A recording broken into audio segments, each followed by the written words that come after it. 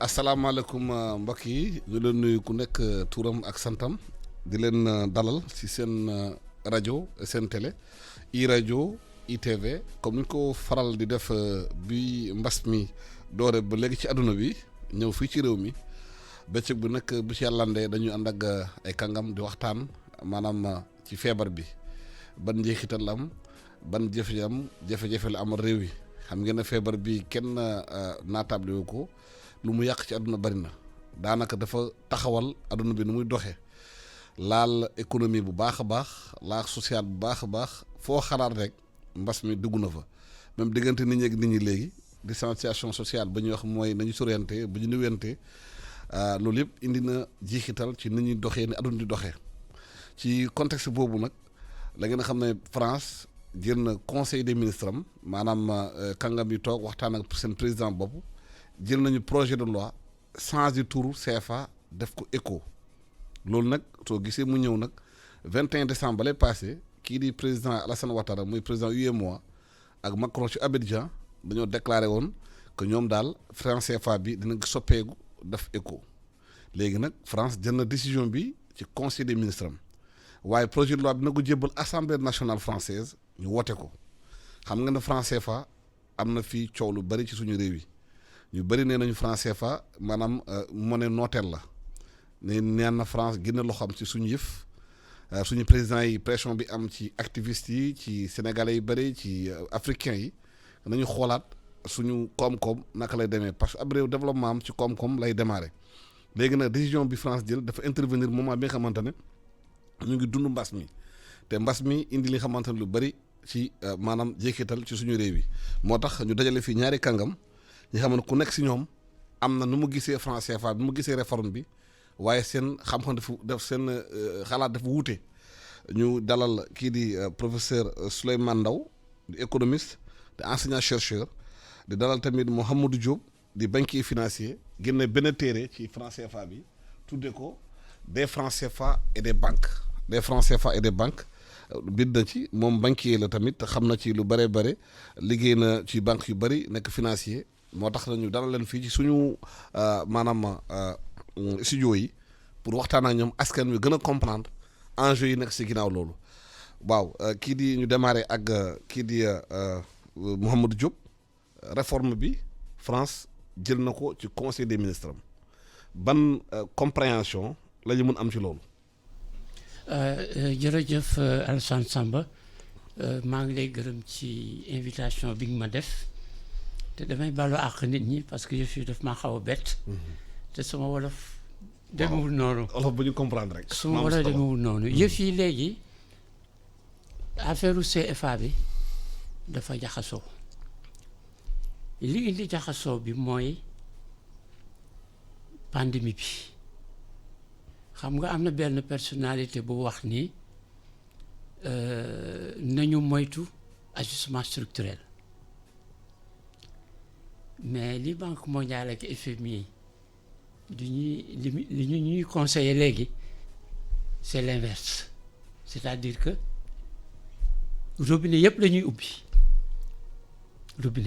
ubbi déficit budgétaire endettement ndax feebar bi dafa indi ay jafe-jafe yu dégg dayoo yu metti xam man sax ci suma xalaat damaa defoon ni réforme bi dañ koy teg ci suuf xaar peut-être 1 an 2 ans ba seet fan la ñu toll ci jafe-jafe économique yi nga xam ni moo ñu nar a dal léegi français yi comme ni ko Jeune Afrique waxee franc CFA daf leen a la jël c'est-à-dire que ils sont gênés dañ ca xaw a am xel ñaar te pourtant CFA bi boo delloo ginnaaw 1853 bi ñu créé Banque du Sénégal kon boog France yàgg naa nekk boo jamono yooyu tuddul woon CFA. alors léegi Assemblée nationale française ñoom dinañ ko certainement approuver waane il faut que juróom-ñetti réew yi nga xam ni ñoo bokk ci union monétaire ouest africaine il faut que réew mu nekk assemblée nationale bi woote ko voté ko te bala moo àgg foofu ay débat dina am parce que xel yi nekkuñu benn ku nekk xam nga li jafee ci monnaie mooy ñun suñu monnaie bi c'est une monnaie spéciale c'est une monnaie communautaire bokkul ak monnaie nationale xam nga ñu bari ñu naan nañu créer suñu monnaie nationale non ñun amuñu monnaie nationale on a une monnaie commune c'est comme l'euro te monnaie commune gestion bi dafa di gestion boo xam ne bi gestion consensuelle la mënoo jël benn décision boo xam ne bii rek benn état nangu ko alors réforme bi dina indi bu fekkete ni appliqué nañ ko dina yëkkati ay questionnement yoo xam ne dinañ ci dellu mais pour le moment man fi ma toll li ma jaaxal mooy boo seetloo mbir mi Fonds monétaire ak Banque mondiale dañ ne waxuñu ci dara ils sont prudents ils sont très prudents rax ci dolli léegi situation économique bu metti bi nga xam ne moo ñu war a dal dañ ni léegi lenn rek mooy solution bi xëpp dëkk yépp xaalis bu dul jeex waaye loolu bu amee moom monsieur Ndao xam na li may wax y a un risque d'inflation lan mooy inflation mooy bu xaalis bi baree xaalis bi valeur am day wàññeeku day wàcc njëgu li ñuy lekk yi ñuy ci li ñuy yëpp non njëg yi dañuy jóg parce que nit ñi dañuy bari xaalis entreprise yi ils vont en profiter gis nga juste pour la petite histoire les transports ñoom ñëpp ñu ngi yokk seen kii alors léegi bu fekkente ni loolu am na franchement man xam nga baal ma ak dag maa xaw a bett kii dafa laaj xalaat yu xóot dinañ ci waxtaan waane léegi man suma xalaat moo di lan la Ouattara ak Macky di xalaat waaw dinañ ñëwaat ci loolu nañ ñëwaat waaw Souleymane Ndao gis nga réforme bi France adopté na ko mu ngi koy adopté contexte bi nga xamante ne de pratiquement des crises économiques ci suñu réew yi ñëpp di xamuñu dañuy daf la xaw a bett lan moo tax France jékki-jékki rek heure bi ñu nekk jafe-jafe def lu mu def waaw Alassane maa ngi lay remercier di la remercier di la gërëm bu baax a baax ci invitation bi nga xam ne invité nga ñu ko tey ci sa studio di ñu wax ci sujet bi nga xam ne ça nous interpelle tous waaw bu ma paree ci nuyu bi ak aussi di gërëm di nuyu aussi suñ kilifa gi toog suñ tonton bi monsieur Diop di am contentement di bokk ak moom plateau bi yi waxtaan ci sujet bi aussi alors pour ma ñëw ci sa question bi très rapidement li nga xam ne moo am tey jii di bërki démb président Macron jël décision bi adopté ko en conseil des ministres loolu suite logique la normal parce que comme ni nga ko rappelé sànq 21 décembre bi mu ñëwee Abidjan ñëw na waxtaan jël engagement ferme que ne à partir du mois de juin c'est dans une semaine mais à partir du mois de juin éco bi franc CFA bi dañ koy changé dootul nekkati éco donc jël un certain nombre d'engagements que ne aussi français yi comme li nga xam ne jàpp na ne société civile beeg yooyu yëpp yàgg nañ ko ŋàññi ne à loolu de peut-être aspect yooyu naa ko jéem a enlever ci li nga xam ne mooy monnaie bi nga xam ne am na au-delà de l'acronyme bi nga xam ne ça gêne énormément surtout société civile bi comme ni ma ko waxee ak les populations de manière générale parce que on a une jeunesse de plus en plus consciente de plus en plus dynamique bu nga xam ne day xelaat ne on ne peut pas comprendre ñu nekk 2020 ba léegi nii bu ñu franc des colonies françaises d'Afrique ou franc ça gênait donc mu ne ah loolu de comme ça gênait c'est pas grave dinañ ko jéem a dindi très subtilement mu ne également li nga xam ne mën naa ko jël pour apaiser en quelque sorte mu ne attendez du moment que ne souvent dans les débats li nga xam ne mooy ñëw rengaine bi toujours dañ ne du moment que ñii de suñu xaalis bi mu ngi franc suñu xaalis bi mu ngi franc mu ne attendez c'est ce que vous voulez amul problème léegi réserve de change yi nga xam ne moom ngeen di ñëw ngeen yaakaar ne chaque fois bu ngeen amee 100 devises moitié bi 50 yi da ngeen koy ñëw denk ko suñ gafaka laguñ ko Banque de France mais trésor ba lañ koy defee lañ koy denc loolu mu ne comme dafay changer c'est comme si dañ leen dénk seen gafaka ñu ne comme de loolu de ça gêne nañ ko jëlaat encore teg ko de côté bu ko defee ñu ne comme xaalis bi dénk seen devises yi moitié réserve yi dénkatuñ ñu ko tour bi aussi c'est quelque chose ki nga xam ne dafa mos di gêner jeunes yi demee noonu suñu genre gi nga xam ne année bi ñuy dévaluer ñun ñu ngi woon école on venait d'arriver à l'école primaire donc daan nañ dégg mais en dévaluation te à l'époque bi ñu ci tollee France daf taxaw bi ñu ci waroon loolu yëpp continuer suñu génération bi ñu ñëwee dañuy def ay panel def ay débat bind ay article di ci wax di ci coow ak société civile bi et cetera gars yi taxaw ne finalement loolu moom mu dégg écho yi mu ne lii nañ ko dindi maintenant jafe-jafe bi nga xam ne moo ci am li nga xam ne moo ci xaw a lënt mooy comme ni nga ko waxee contexte bi c'est vrai que ñëw ni boum kii na ko mais pour man loolu comme ñu ngi dugg ci juin te wax na ne juin bi éco bi day nekk franc CFA pour man c'est naturellement c'est pas parce que moo tax day mënuñ jël directement def un lien entre contexte pandémie bi ak kii bi mais on pourrait voir plus tard conséquences yi nga xam ne loolu yëpp mën na ci am surtout future architecture institutionnelle bi gouvernance bi fonctionnement bi et cetera est-ce que on aura les pleins pouvoirs face à cette nouvelle monnaie là est-ce que également par rapport à cette monnaie qui verra le jour est-ce que du ñëw concurrencer par rapport à un processus qui a été déjà enclenché et nan la koy biaiser impact yi ci mën a am ak et cetera ak taxaw bi ñu mën a am de manière à éviter erreur yi nga xam ne leen dëkk yi def nañ ko yi nga xam ne dañu am même configuration parce que ci àdduna bi li am ci union monétaire zone monétaire bariwul boo jëlee zone euro ak suñu zone presque c'est voilà depuis 1945 processus bi di wéy ñi am ay jafe-jafe yu nga xam ne marqué na trajectoire évolutive fonctionnement zone CFA bi date yi nga xam ne mën nañ ci gën a remarqué 72 73 bu ñu jëlee africanisé ko ñu ne africains yi dañ doon coow ne comme dañuy coow 72 73 donc banques yi ñu ne léegi dañ koy africaniser africains yi commencé di ko jiite et cetera ñu indi ko transféré ko en Afrique ñu c'est une manière de vous satisfaire donc à chaque fois c'est un combat boo xam ne dañ koy mëne da ngay teg tànk xàcc dóor géostratégie la géopolitique la xeex la ñu ne 72 73 date marquante la ñu jógee foofu noonu ñu yegg si au début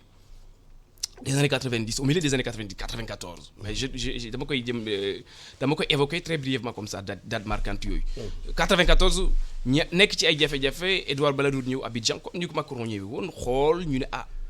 gars yi nag situation yi dañu jógee ci plan d'ajustement structurel yi économie yi ñu xoj leen ñu nekk ci jafe-jafe structure kii banque yu kii société nationale yu mag yi fi nekkoon yëpp ñenn ñu privatiser ko et cetera resserrer un peu les dépenses et cetera nekk ci ajustement yu métti mi ñu ci jógee France taxaw bi ñu ci waroon taxaw foofu à l'époque taxaw ko ci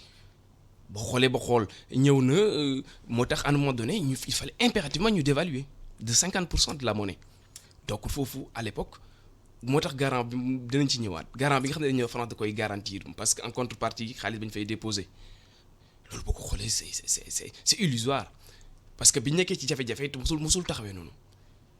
loolu aussi 94 date boobu noonu tamit loolu lay symboliser bi ñu ñëwee ba nga xam ne également au milieu des années 2000 2005 et cetera booy jamono bi nga xam ne wax nañ débat allègement de la dette bi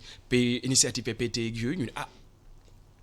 gars yi commencé nañu kaas boobu avant réserve de change c'était plus que 50% lañ fa doon déposer mais aussi boobu coow yi ak contexte bi aussi taxoon na nit ñi wax alerter français yi reculer un peu donc finalement da ngay tegaat benn xëcc uti ci leneen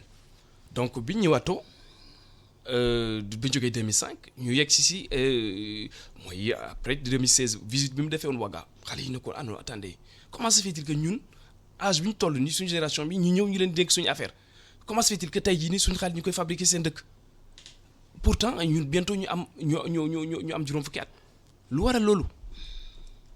donc Macron nag comme nekk na quelqu'un ko xam ne qui est en phase avec sa génération mu ne attendez léegi nag comme il y a énormément de choses qui gênent te man bokkuma ci vieille caste politique bi nga xam ne moo fa amoon yi nga xam ne France Afrique moom moo nekkoon un peu seen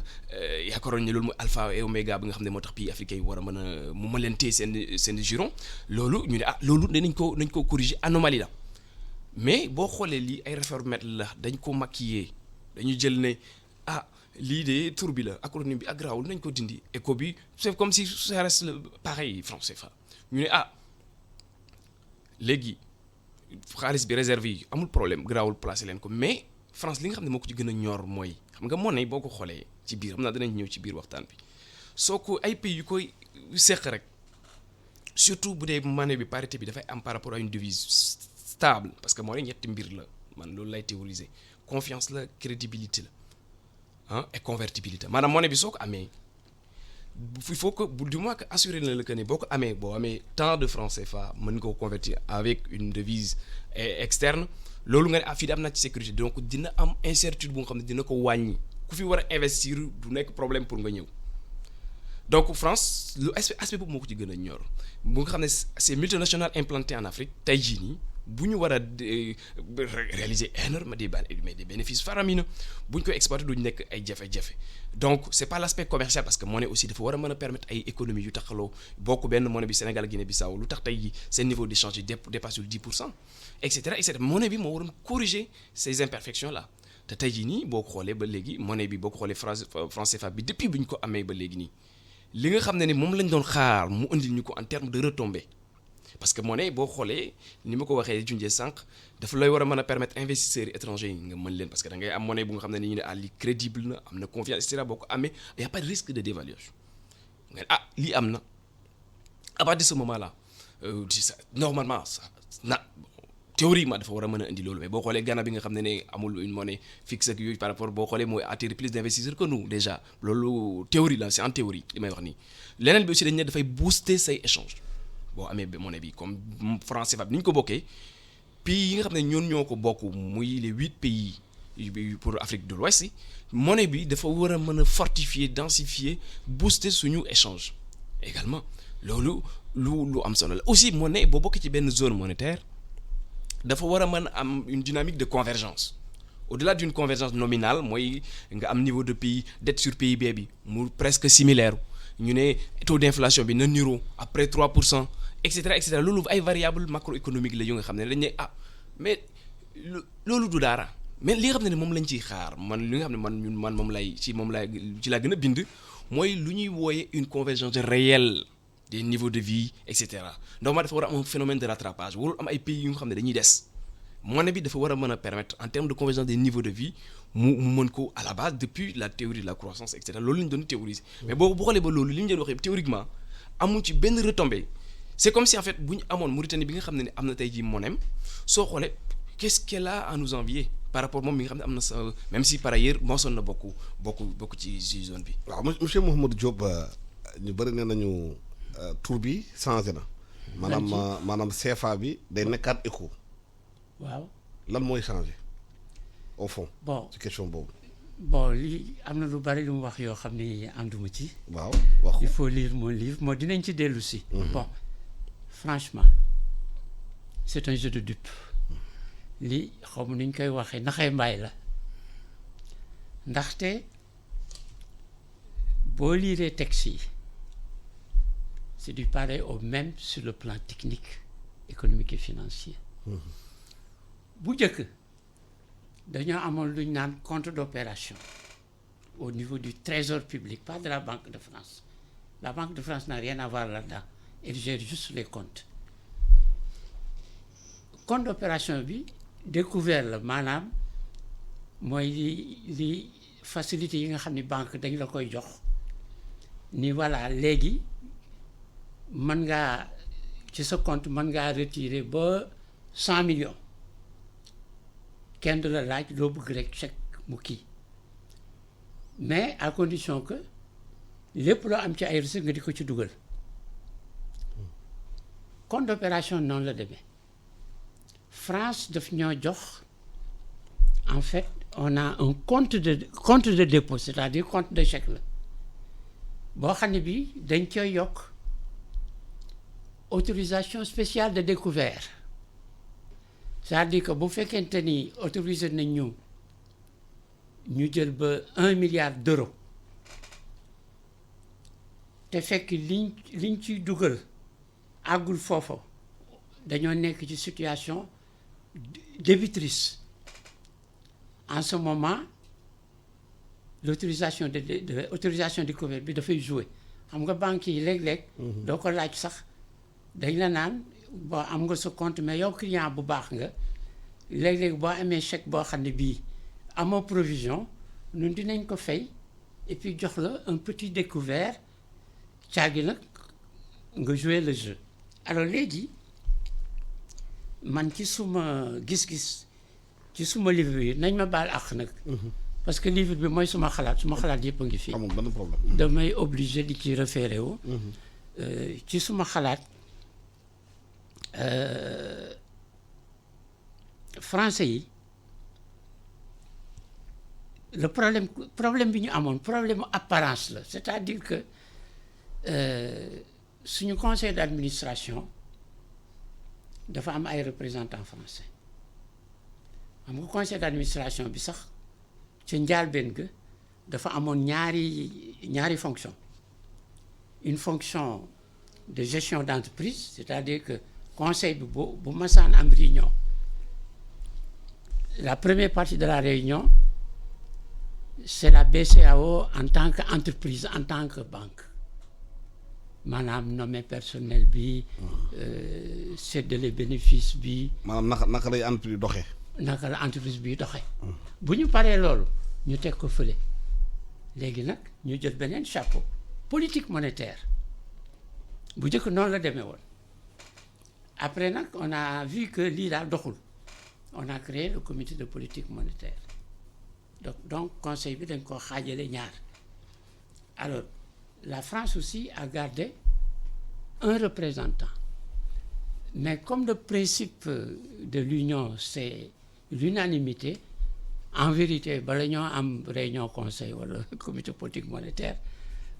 man bi ma nekkee banque mondiale dañ daan am lu ñu naan réunion pré-conseil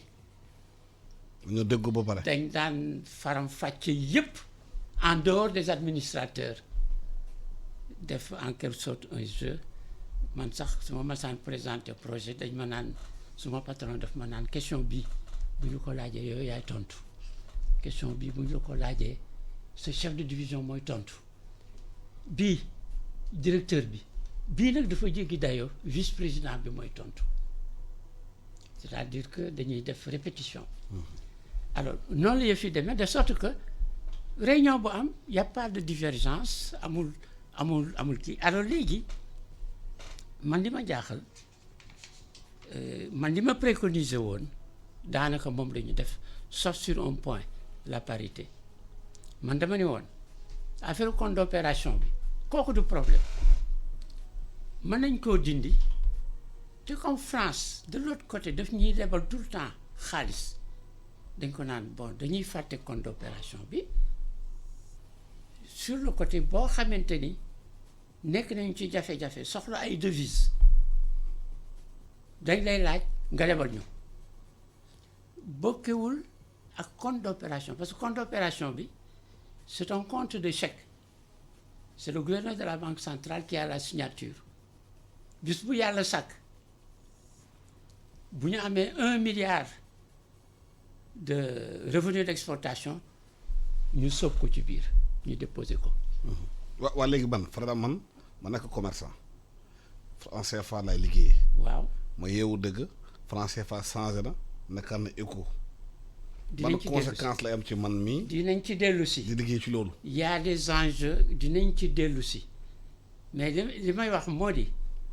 loolu mooy parce que compte d'opération bi dafa créé woon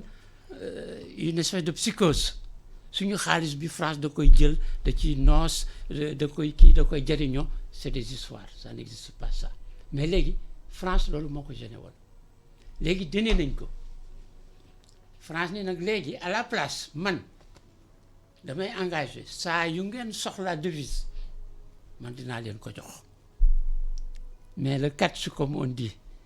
le petit piège c'est que dañ ne c'est ce qu'ils ont mis sur le projet de loi mais dañ ne dafa am condition les conditions bi. condition bi c'est les mêmes qu'avec le compte d'opération compte d'opération bi mën nay dox tant que la couverture monétaire maanaam lu ñu denc ci devise nga xam ne mooy garantie suñu monnaie mun na ko couvrir. à plus de 20%. Actuellement on est à 70%. am na période yoo xam ne suñu devise yi ça allait jusqu'à 110%. yaa ngi may dégg. de sorte que en fait il y avait une question est-ce que le franc CFA n'était pas sous-évalué ok alors léegi li ñu wax ci projet de loi bi dañ ni règle boobu ñu defoon ci compte d'opération bi dañ koy garder c'est-à-dire que su ngeen ñëwee ci man di ma leb dinaa continuer di leen lebal waane bu couverture bi daanoo en dessous de 20% ah léegi il faut ñu tase toog waxtaan ci mesures yi ñu war a jël pour yëkkatiwaat ko alors su boobaa conditions yi il y a ce que l'on appelle la mobilisation de devises xam nga am na réew yoo xam ne yoon dañu woon sax citoyens yi nga xam ne dañoo am wurus dañ koy nangu dañuy racler tout ce qui est devise dans le pays dugal ko ci garantie monnaie bi de sorte que mu ëpp 20%. alors ñu ni bu ñu àggee foofu ah dañ leen di laaj ngeen may ñu dellu si ci comité de politique monétaire pour seet nan ngeen di régler problème donc affaire bi c'est un jeu de dupes franchement. kon Souleymane bu ñu dégloo bu baax. changement bu bari amu ci. parce que man bi ma nekkee commerçant xam nga man bu ma nekkee commerçant nekk fii man CFA laa liggéey. di dem di jeegaane di ñëw di jaay. ma yeewu dëgg. léegi CFA bi nekkatul CFA. léegi day nekkaat éco. ban compréhension laa ci mën a man commerçant bi. voilà loolu am na solo damay rappeler juste en 30 secondes que ni en 10 secondes que ni couverture monnaie boobu noonu presque si 15 dernières années yi man étudié naa ko si benn article presque àgg na day tourner entre 90 ba 100 et quelques bu wootee CEMAC moom dépassé na ko c'est-à-dire que bu ñu la laajee 20-25 yow nga dem ba 100 c'est-à-dire que ni dafay am loo xam ne dañ lay laaj da ngay def loo xam ne amul njëriñ en fait. ah c'est bu ñu la laajee 25 utal 25 le reste là nga xool fan nga ko mën a mobiliser fan nga ko mën a utiliser alors pour revenir très rapidement ci sa question aujourd'hui mën nañu wax ne ay coppite yu ndaw a ndaw la ndax coppite yi boo xoolee nga yow nga nekk commerçant tey jii nii nga yeewu tey ñu ne la ah léegi franc CFA bi nekkut franc CFA éco la ci sa dégg-dégg rek dina indi benn sur le plan psychologique nga ne ah mais finalement mais où on va est-ce que incertitude bi risque de dévaluation du am ak yooyu xaalis bi ma amoon nii éco bi peut-être bu nekkee un éco égal à 1200 un euro égal 1200 éco et cetera est-ce que xaalis boobu du créer nekk benn manque à gagner pour man sama xaalis boobu est-ce que du ma ko jënd ci ay nag wala jënd ci ay affaire ak yooyu ah loolu mooy premier réflexe bi nga am mais loolu n'en est rien dara amul. ça veut dire que ne yow fi mu toll nii fii ren ba déwén laa la wax de 24 mois yi nii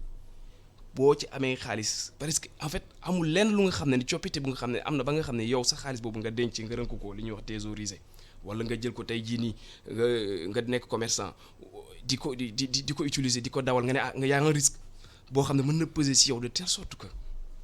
tey jii nii nga ne ah mën na am ma perdre ci sama xaalis boobu noonu ma perdre ci temps et cetera parce que xaalis bi bu effondré wu rek parce que da leen di rappeler vieux démons yi mooy dévaluation bi ñu ci xam ne ni teeluñ ci woon a kii mais loolu yëpp amul ci du ci am très sincèrement situation macroéconomique bi même bu dee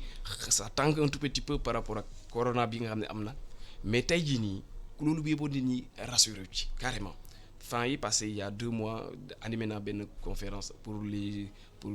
benn structure des jeunes dirigeants d'entreprise fii musée de civilisation par rapport ak ñoom dañu doon xool ne est-ce que tey jii nii ñun en tant que chef d'entreprise le fait que éco bi war a ñëw dugg si est-ce que ñun ñii yan matuwaay lañ ci war a taxaw nan lañ ci war a taxawee est-ce que du nekk un manque à gagner pour ñun ay parce que monnaie bi bu dee dañ ko bëgg ancrer non pas ci benn monnaie devise nii mu nekk ci euro mën na di fluctuer parce que régime d'échange bi probablement bu dee dem nañ il se pourrait que ñu tendre vers ça mu nekk panier de devise est-ce que volatilité boobu du nekk du am impact parce que nga dajale xaalis tey jii ñu ne xaalis bi un éco bi 1 euro bi égal à $1800 égal à 1800 éco 1 euro bi est-ce que loolu du bopp nekk problème moo tax ma ne loolu noonu il faut que ñu rassurer ci nit ñi moo tax une bonne communication da ciy imposer wu à partir de ce moment la communication boobu ça doit aller dans le sens de rassurer les investisseurs les nationaux les privés nationaux en leur disant tout simplement que loolu risque d'une quelconque dévaluation wala d'une baisse d'une dépréciation de la monnaie loolu yëpp tey jii nii mënuguñ ko xaar en tout cas du ci at bii nii wala at bii di ñëw. bu fekkee da ngaa denc sa xaalis bi ci CFA la nekk. waaw ñu naan léegi. euro yi dina ñëw. xam nga ñu bari fii ci réew mi duñu dugal si xaalis banque. waaw seen kër lañ ko dugg gafak léegi monnaie bi bu changé. waaw xam nga billets yi day changé. waaw yow mi yore billets yi nekk sa kër. waaw ban conséquence lay du ci yow. alors est-ce que valeur bi nekk benn valeur. waaw ou bien da ngay jël billet yi yóbbuwaat banque jox la yu bees. donc dans un premier temps xaaral ñëw ci loolu. ma répondre ci rapidement wala dans un premier temps bii nekkul dañuy changer monnaie bi dénomination bi rek automatiquement ipso facto mu ñuy dem war a yóbbu ji bi changer ko. démonétisation lañ ko tuddee. voilà démonétisation. voilà dinaa ci dellu si. affaire bi dafay pendant un laps euro par exemple bi ñu monnaie yi jógee seen franc ak yooyu pour àgg ji transformer ko mu nekk euro processus bi même gars yi may nañ leen presque 2 ou 3 4 ans même avant que ñuy am changement billet yi c'est-à-dire que euro théoriquement monnaie bi kii nañ ko exister nañ parce que moo tax chaque fois day am équivalent ak monnaie nationale bi mais billet yi c'est pas dans les mois qui viennent ou l'année qui suit ci nga mën a ne monnaie bi il faut ma dem ñu transformer ko joxe monnaie bi ni tout de suite ñu jox ma équivalent bi banque centrale bi récupérer ko non immédiatement du ko soxla mais bu dee ba nga xam ne joxe nañ un délai na au bout de 2 ans képp ko nga xam ne yor nga des monnaies des francs CFA il faudrait que ngeen rapprocher auprès de vos banques wala banques yi à leur tour de rapprocher auprès de la banque centrale ñu mën a def transition bi tout en douceur donc amul benn problème côté boobu. waaw xam nga loolu man su ma nekkee commerçant yore samay saaku xaalis. gis nga wax nga dëgg. sama kër laa koy denc. ñu ne ma léegi billet yi changé na. man ban. y a un grand risque naka lay taxawee. non y a un grand risque. ban risque la. risque bi c'est-à-dire que dans beaucoup de pays de temps en temps dañuy xëy rek changer dénomination monnaie bi changer parité bi et cetera mais dans le fond les consommateurs et les détenteurs de billets ils ne perdent pas mais ci njëlbéen gi dañuy def lu ñu naan opération de démonétisation mooy ce que monsieur Ndao a expliqué bon xam nga léegi da ngeen di xam ni banque commerciale xam nga banque commerciale banque centrale mooy seen banque foofu la ñu am compte bis bu yàlla sàkk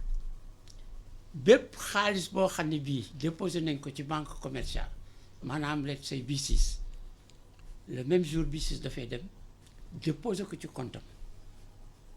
bu ñu ko déposé ci compte bi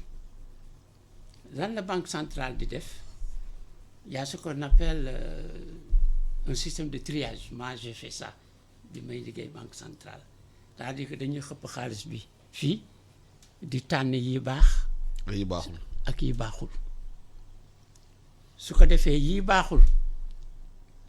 mettons y a 2 milliards dañ koy détruire immédiatement daal di def une nouvelle émission monétaire de l'équivalent léegi démonétisation bi mooy lan ça va être le même processus dañ naan citoyens yi comme ni ma ko waxee léegi dañoo décider billet CFA yi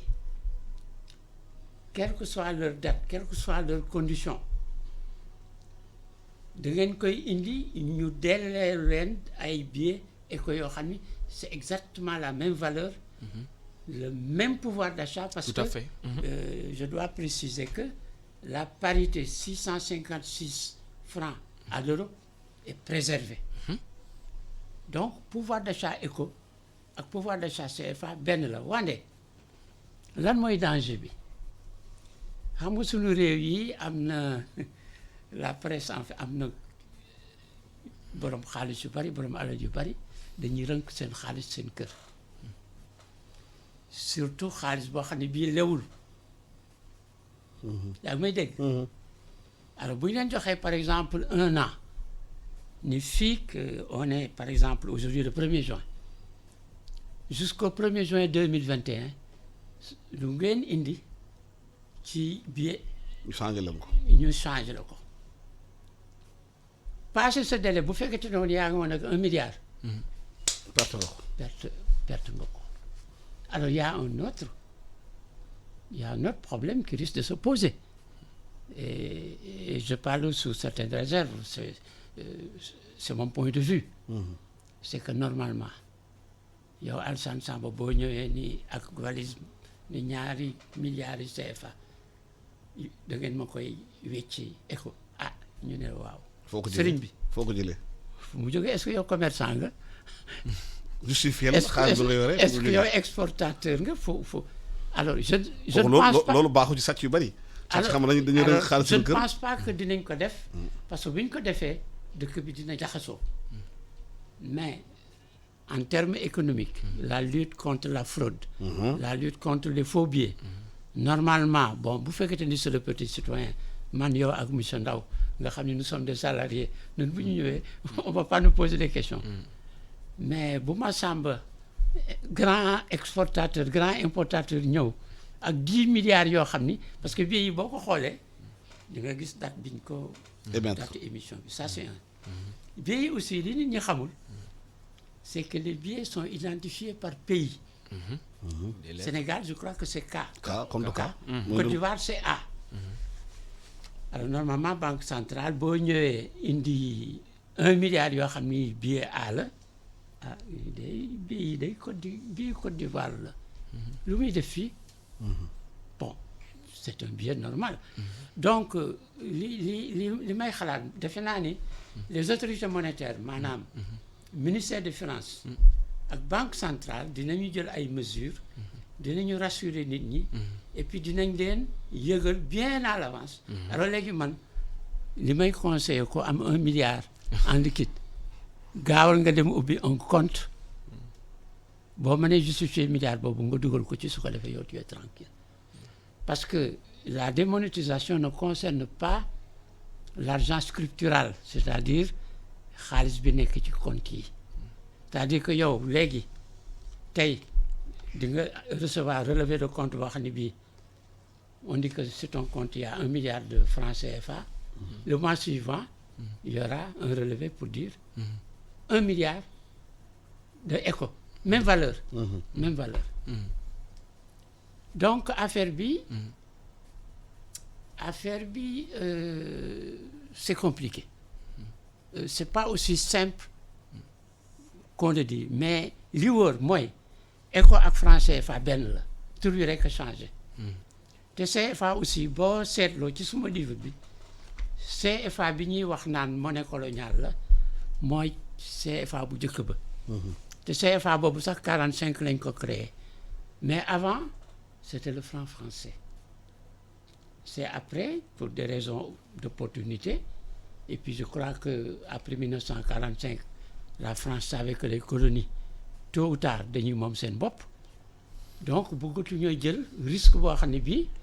xaalis bii daw ci colonie nekk des francs français. est-ce que ci moom sa bopp boobu. ci monnaie bi ñu nekk nii. réew Afrique yi nekk zone CFA bi. ak zone beneen CFA BCA bi. moom lañ seen bopp.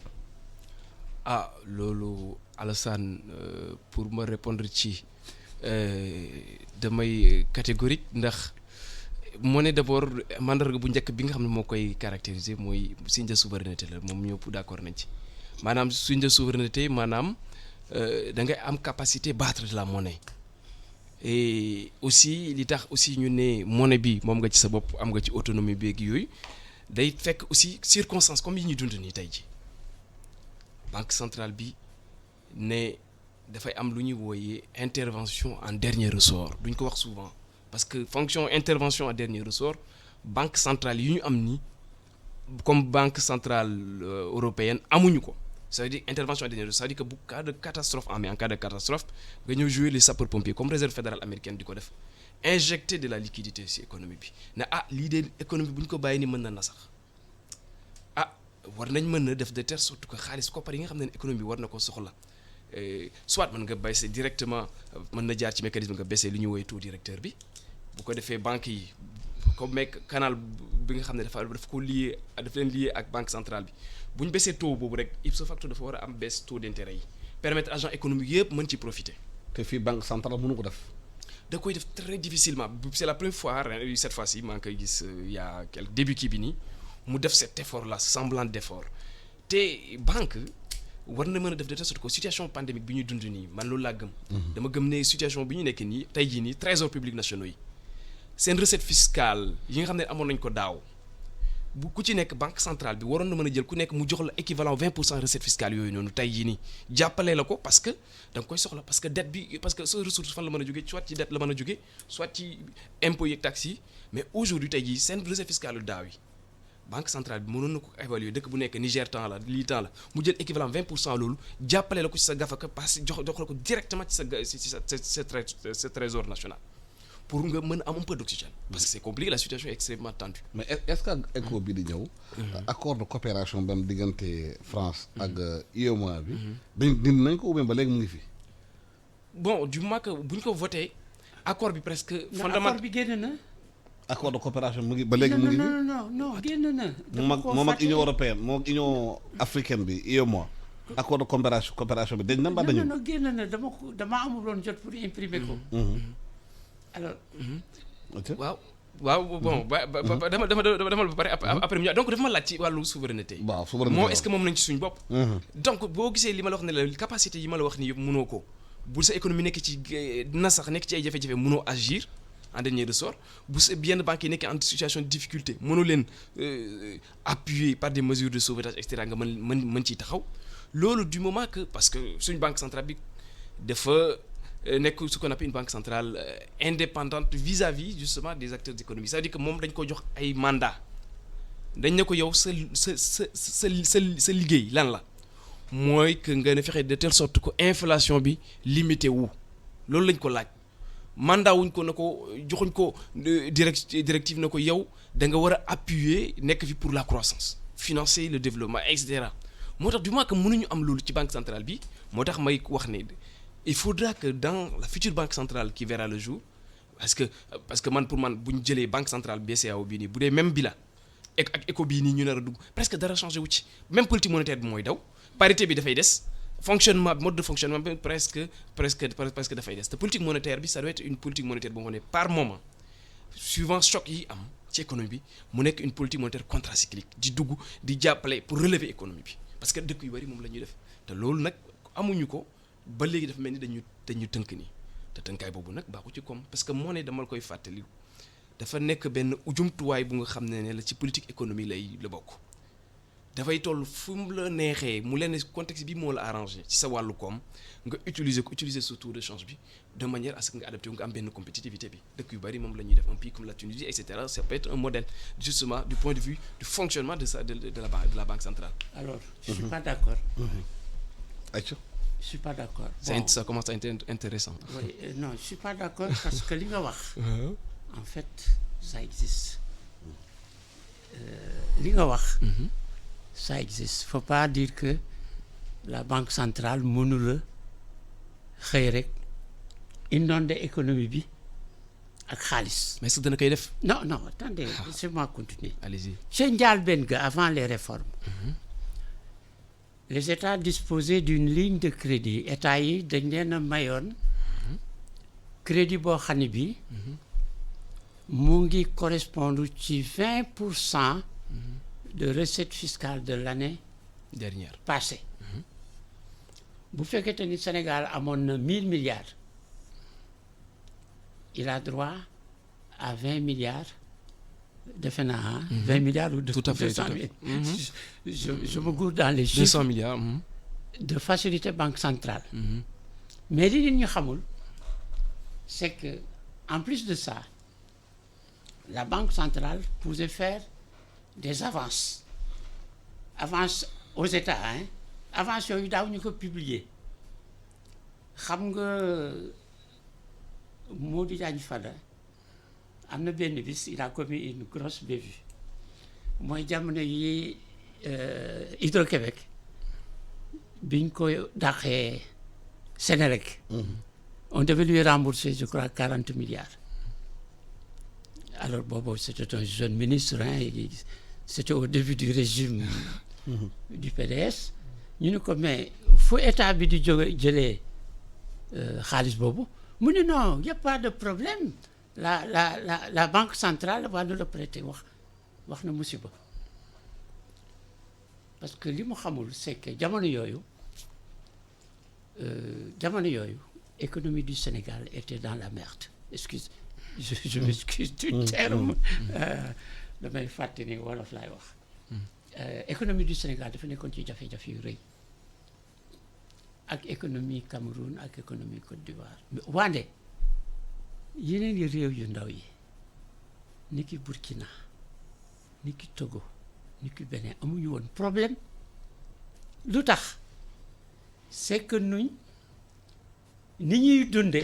ak ñoom ni ñuy dunde du benn Bénin écheke gari Sénégal ceebu jën yàpp fromage yaa ngi may dégg importation or du fait de ni suñu système monétaire bi demee tar na jamono yoo xam ni Sénégal amuloon dërëm xam nga durant les années 70 là la grande sécheresse foofu la ñu Côte d'Ivoire dabe d'ailleurs parce que de 1960 à 1970 Sénégal moo amee woon union monétaire à partir des années 70 Sénégal nekk ci ay jafe-jafe yu rëy kan moo daan alimenté compte d'opération bi tenez-vous bien Niger avec l'uranium dafa jamono yooyu uranium bi les prix étaient au zénith Côte d'Ivoire avec tout ce qu'ils ont comme exportation yeneen réew yi daaw ñu importer des produits de luxe donc au conseil d'administration de la banque centrale ay jàppante la woon ñële il se plaignait yéen Sénégal ak Côte d'Ivoire yéen a ngi ñuy rey suñu devise yëpp yéen a ngi koy lekk di importer des produits de luxe may leen ñu jàmm donc banque centrale daana def ay avance mais surtout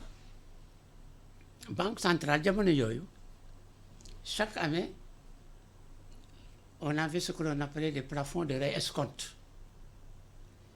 plafond de réescompte moo di kii quantité xaalis bi nga xam ni dañ koy imprimer pour financer la campagne électorale. mais léegi lu Sénégalais comprendre ci affaire CFA bi mooy lan moo tax ab ay réew mel ni Ghana yeneen réew Afrique du Sud yore seen monnaie bopp ñoom. te taxut ñu am ay problème de financement seen économie. alors lan moo tax ñun ñu continuer nekk ci franc CFA. dinaa expliquer leen loo xam ni c'est un peu compliqué. li monsieur Ndao wax c'est approche ce qu'on appelle les monétaristes c'est-à-dire que gestion économique c'est pas seulement la monnaie le levier vous avez le déficit budgétaire vous avez la fiscalité vous avez comment dirais-je la balance commerciale vous avez la balance des paiements la monnaie benn instrument la boo xam ne bi c'est-à-dire que da ngay jël yii yëpp ngay jouer sur l'un ou l'autre mais ñun et là je suis d'accord avec lui le problème c'est que ñun le taux de change on ne peut pas y toucher mais bu fekkee ni tu ne peux pas y toucher. Pourquoi? Non parce que c'est fixe. Fixe euro. donc panier de monnaie. non dinañ ci dellu si non je parle tey. bisu tey. même bi éco bi amee le taux de change est un instrument privilégié c'est-à-dire que instrument la boo xam ni am na réew yoo xam ni bu jafe-jafe amee rek changé nañu taux de change bi moom lay wax nii et puis dafa am doole parce que da ngay fàttaliku rek en 1994 bi ñu defee dévaluation bi ce que ça fait mais am na réew yoo xam ne man bi ma nekkee Banque mondiale dañ doon liggéey ci des pays comme la Turquie le Brésil les pays d'Amérique latine c'était des pays boo xam ne bis bu yàlla sàkk dévaluation bis bu yàlla sàkk dévaluation c'est ce qu'on appelait en fait déficit financier. Déficit financier. Bon, Banque mondiale def na lu nekk pour ni leen lii baaxul et cetera mais boo gisee Turquie ak Brésil développé c'est que en fait dañoo privilégié woon l'économie interne, financement par le déficit. Évidemment résultat bi c'est que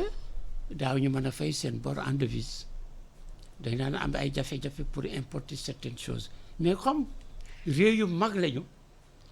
am nañu kii yu ñuy jaay mais Ghana man moo tax kii économiste yi comme monsieur Samba Sylla ak ñeneen dañuy comparer dañ naan waaw lu tax Ghana comme li nga wax léegi mu mën a def yenn yi avec une monnaie qui fluctue te ñun mënuñu ko mais y a une différence fondamentale. Je vais vous dire que historiquement Ghana en 57 bi ñu jëlee seen indépendance ils avaient 500 millions de livres sterling en réserve jamono yooyu Ghana mu ngi tuddoon Gold Coast. Gold Coast, la Côte d'Or. C'était le plus grand producteur mondial d'or, de café, de cacao, de bois, énergie. Nkrumah après, avec tout cet argent, il a développé le système éducationnel du Ghana, qui est l'un des meilleurs en Afrique. Il a fait le barrage d'Akosombo. Ils n'ont pas emprunté un sou. Malheureusement, bi mu ko defee 500 millions yi dem moo tax on ne peut pas comparer bu ñuy duñu doo ni damay jël chaise bi jël mouton bi di seet njëgu kii ak njëgu kii loolu mënoo ko bu fekkete ni dangaa bëgg jaawale ay réew da ngay jël réew boo xam ne bii comme Sénégal 16 millions d'habitants nga jël beneen bu am 16 millions d'habitants nga seet seen économie lu muy produire su boobaa di nga mën a wax ni ñun suñu politique bi lii lay def ñun suñu politique di lay def rax ci doole boo jëlee ko beneen Nigéria 200 millions d'habitants 200 millions d'habitants mais lu leen neex def alors il y a des pays comme la Chine la Thaïlande mais ñoom amuñu woon parité fixe officielle mais parité fixe volontaire la woon. La Chine utilisait le dollar jusqu'à ces dernières années donc réew mu nekk da ngay décider ci li nga gisee sa avenir économique nga jël décision mais nag dafay fekk sur le plan politique nga am un contrôle parce que am na politique yoo xam ne boo ko defee sa réew day tas man dinaa leen may leen foofu laay taxawee bi may liggéey Zaïre du temps de Mobutu juste avant bu ñu masaan dem mission xam nga banque mondiale dañu daan jox ay cartable yu rëy bu ñu dem restaurant cartable bi dañuy vider dossier yi duy ko ba mu fees ak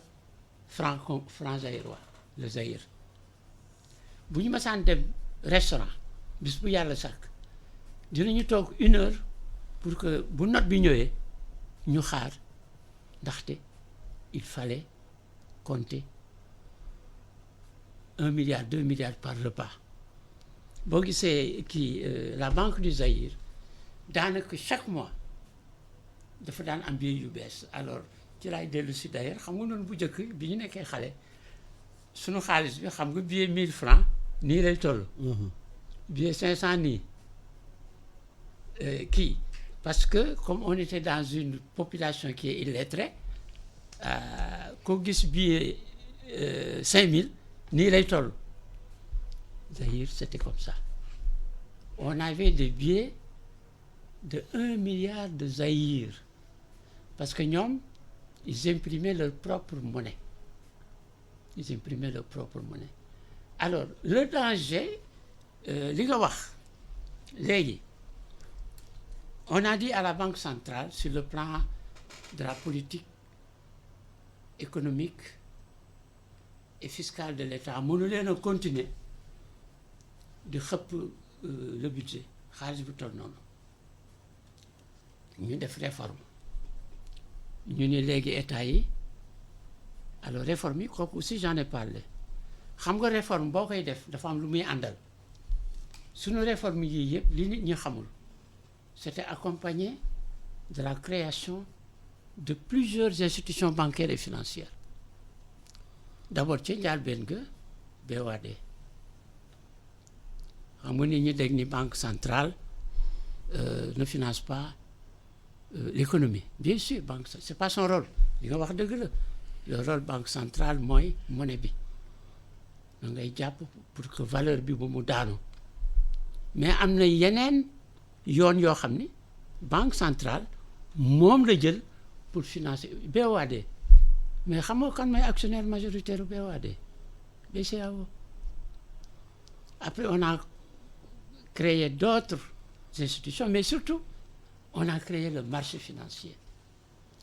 li tax ñu créé le marché financier au niveau de la bourse d'Abidjan c'est pour que état yi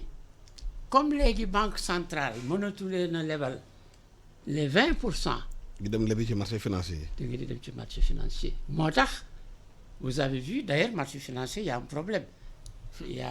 a ce qu'on appelle l'éviction du secteur privé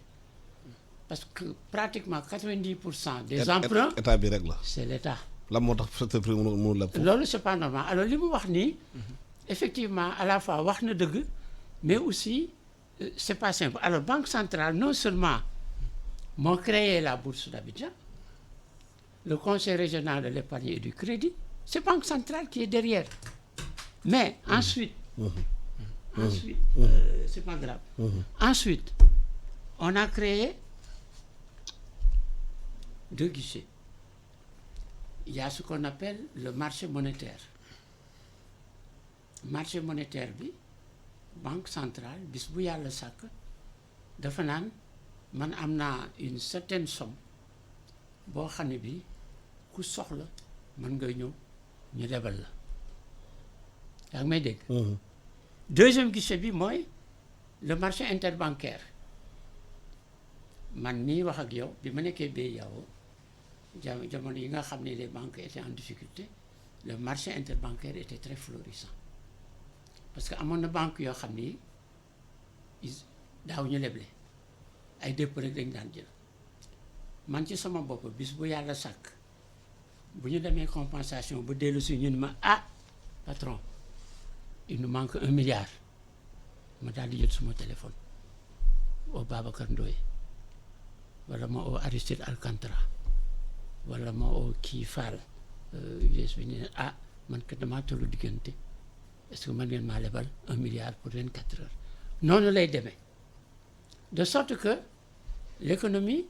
mosula am jafe-jafe ci xaalis mais nekkatul xaalis boo xam ni c'est la planche à billets parce que planche à billets li tax mu dangereux dafay dévaloriser xam nga xaalis boo jëlee xam nga dafay lamb ni marché di gis nga oignon beeg tomate yi lamb na léegi l'État a été obligé d'avancer xaw ma 2 milliards aux producteurs d'oignons. Alors loolu mooy problème bi li nga wax dëgg la mais aussi ci sa xalaat da nga war a wax conséquences yi ak conditions yi nga xam ni alors je terminerai juste en disant que léegi Europe États-Unis li ñuy xëpp ci xaalis ci économie bi pour que musiba du am y a un gros danger bi mooy inflation xaalis bu bari bu lamb bu fekkete ni dugul foo xam ne dina jur lu am valeur musiba la. waaw daa ci ñëwaat si kanam tuuti. dinañ ci dellu si. waaw ñu jël benn pause def suñu pause publicitaire après ñëwaat ci studio bi continuer waxtaan bi. Publicité sur iRadio.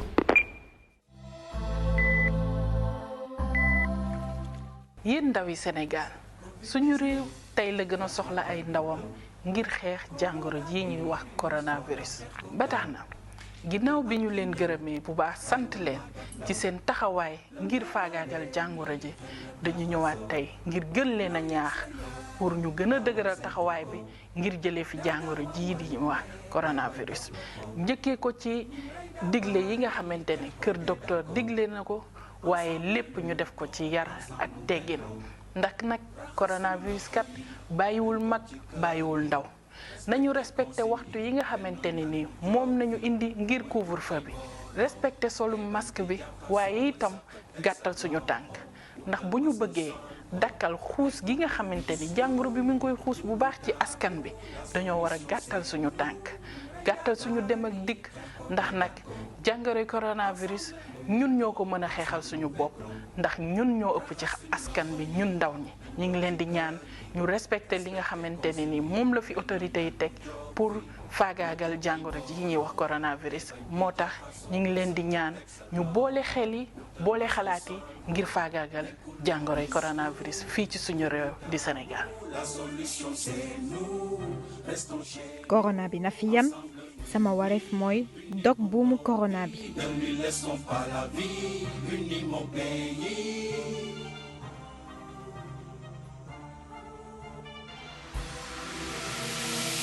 Dakar Direct, la matinale de e-radio.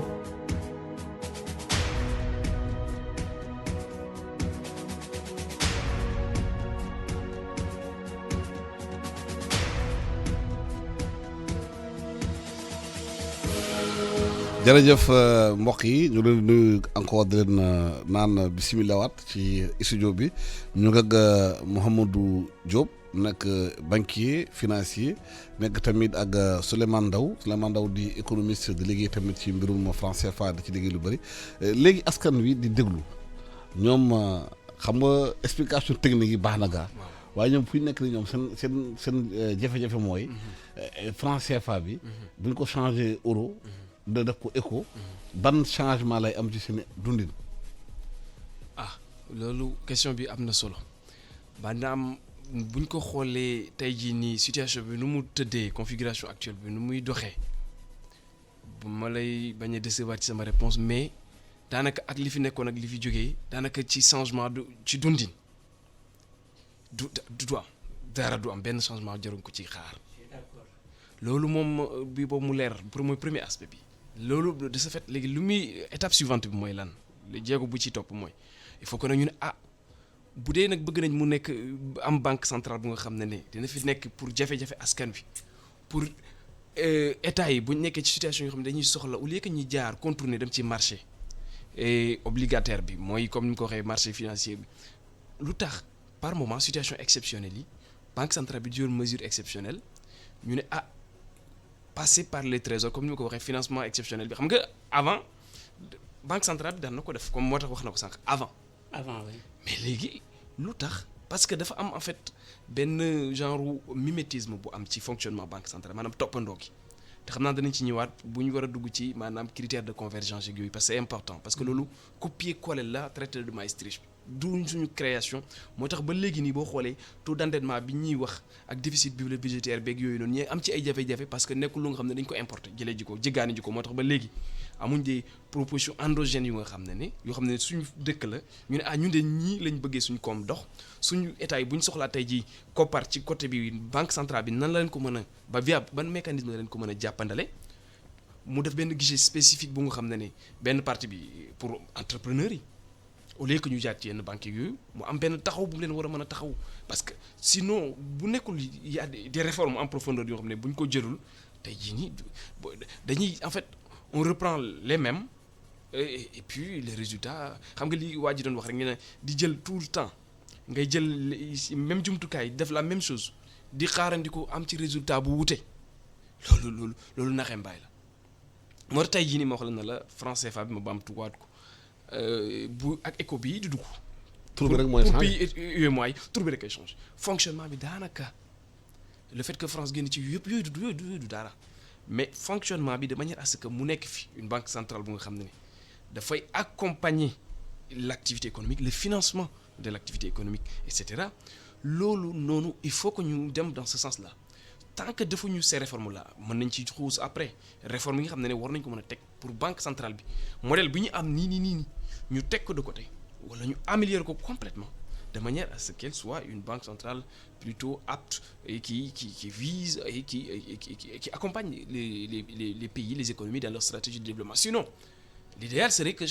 pays def ay des échappées solitaires toog ba mu yàgg ñu ne man de damay demal sama bopp ndax banque centrale bi tel que nu muy fonctionner mais gisuma ci sama bopp c'est bien que ñu bokk benn moo tax man ñi nga xam ne dañuy bëgg ñi am ay monnaie nationale yi des fois dama leen di comprendre moo tax yaa ngi interpeller sama xarit bu sànq di ko wax ak yooyu ñoom ñi nga xam ne dañu koy théoriser parfois mën naa leen comprendre parce que boo ko amee ci ngay gën a am indépendance ci ngay gën a am les coups de franche toog mu yàgg nga ne tey jii de koom bi campagne agricole baa ngi ñëw dañuy soxla temps intrants yi amaguñ ko et cetera état bi tey jii nii jafe-jafe xaalis mu am ni mu ngi koy xool mu ngi koy dugalee ci pandémie bi régler yenn situation yi mais tey jii banque bi lan la mën a def dugal dara ci gafaka trésor public bi trésor public à son tour et cetera jàppale ko loolu du créer inflation bi instant bi crise 2008 2009 bi mu amee États-Unis et cetera mais réserve fédérale américaine bi xëpp na xaalis ci kii bi c'est pas pour autant que Amérique ñu am bi yenn niveau d'inflation extraordinaire te loolu c'est récent boo xoolee également Europe bi jafe-jafe yi amee Grèce nekk ci yenn goutte yi gars yi dañ ne attends il faut banque centrale bi def effort FMI taxaw ñi créer benn mécanisme de stabilité ñu ne lii bu ñu ko deful rek économie dinañ daanu ñu ne gars yi li ñuy def mooy ndax soulèvement yi mu ngi commencé bari coow yaa ngi commencé bari parti extrême yaa ngi waaj a ñëw li ñu mën a def mooy nañ jël nag xaalis jàppale nit ñi ndax seen pouvoir d'achat yi impacté wu nañ seen dundin commencé na sax ñu ne il faut opérer il faut ñu def ay changements moo tax ma ne la tey jii nii il faut que ñu audacieux ci dans la démarche sinon on risquerait ñu toog xaar ay pays bu si nekk ne comme banque centrale bi nii lay fonctionner et cetera objectif am c'est pas la croissance qui l'intéresse c'est pas le développement parce que loolu c'est pas spécifié mandat wu li nga xam ne ni moom lañ mandaté si suñu banque centrale yi alors si pour une banque centrale comme la Réserve fédérale américaine moom dañ koy bind objectif bi lutter maîtrise de l'inflation la mais croissance da ci war a participer ci koomu dëkk bi tey jii suñu banque centrale bi problème bi mooy participer wul ci koomu dëkk bi te tant que defuñ nag li ci war dañuy retourner à la case de départ c'est ce qui est dommage. yan réforme la ñu war a indi alors banques yi mën a financer économie bi. non c'est-à-dire que je suis d'accord naa ci li mu wax te xëy na sax pandémie bi xam nga kii ñas la nu mu tuddati xoolal ci. le marabout ñaseen la dëkk Dakar kii Ahmed Khalifa xam nga dañuy pandémie bi xëy na mu indi c'est blanc bonnet et bonnet blanc xëy na mu indi lu baax parce que li nga wax nii lenn rek mooy laa ci am objection banque centrale dans n'importe quel pays du monde par définition mënula lebal ay privé mën a lebal ay institution directement li mu man wax nga dëgg mën naa créer ay guichet yoo xam ni mais dafay obligé jaarale ko ci banque commerciale yi jaarale ko ci yeneen institution mais mënula xëy rek ni man damay imprimer monnaie jox ko les privés gis nga en Europe aux États-Unis ma jox la benn exemple xam nga boo déggee xaalis bi ñuy génne pour dugg ko ci économie bi da ngay tiit ay 5 000 milliards en Europe vous avez la Banque européenne vous avez la Banque européenne non la BCE la Banque européenne d'investissement la Commission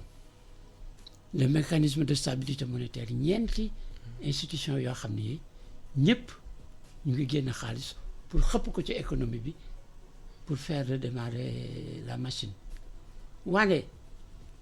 BCE d'ailleurs am na benn juge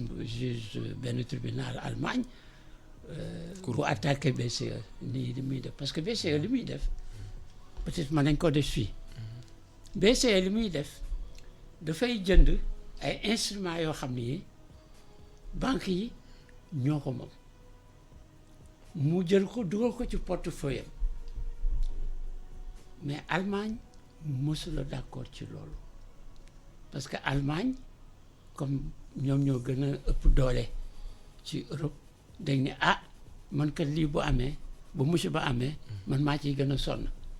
parce que je vais peut-être payer les 30% de la dette de la banque centrale alors li nga wax dafa di loo xam ne lii yombul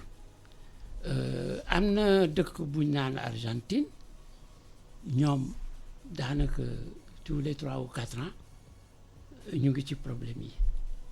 dañuy changer banque centrale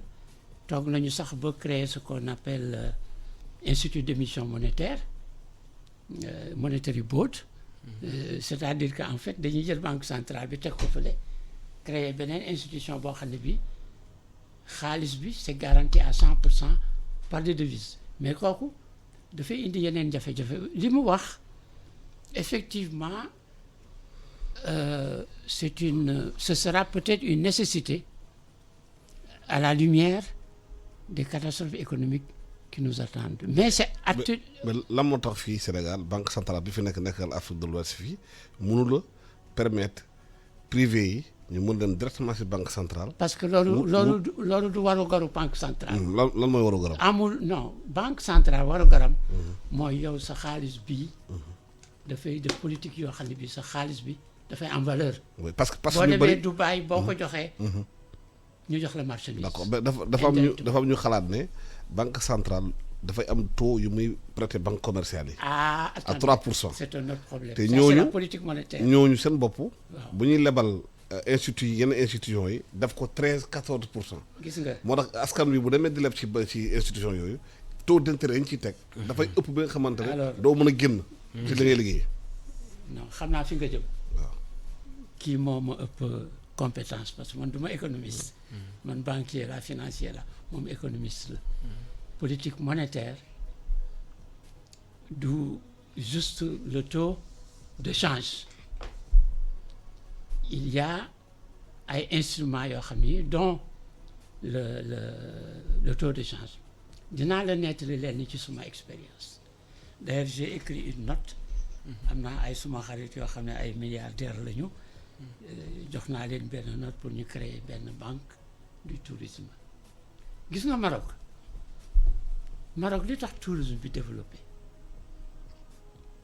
le CIH le crédit immobilier et hôtelier jamono jooju man maa amee woon portefeuille boobu ma nekkee Banque mondiale non seulement les crédits les taux d'intérêt étaient diminués de 2% par rapport au taux de la banque centrale mais rax ci dolli dañoo créé woon ay instruments des obligations sur 10 ans 15 ans 20 ans parce que boo jëlee hôtel bu mel ni King Fahd tey bi nga ko doon tabaxaat mais li ci dugg ci xaalis dina àgg 50 milliards mais kooku benn banque ci Sénégal attanu ko ensuite sur les 50 milliards mettons 30% 70 milliards 7 fois 5 35 milliards il faut que mu leb ko mais bu ko lebee bu ko naree rembourser comme chez nous sur 7 ans 10 ans du ko atteindre King Fahd li tax mu mel ni c'était un don King Faisal moo ko mayoon Sénégal léegi man ànd naa ak moom ci lenn on a parlé du secteur privé le fait que secteur privé amul accès facilement ci crédit bancaire on a beaucoup dit que taux d'intérêt yi dañu ëpp effectivement taux d'intérêt yi boo jëlee le taux de base nga teg ci la taxe de transaction financière teg ci mooy TVA ci banque yi lépp boo ko jëlee le taux moyen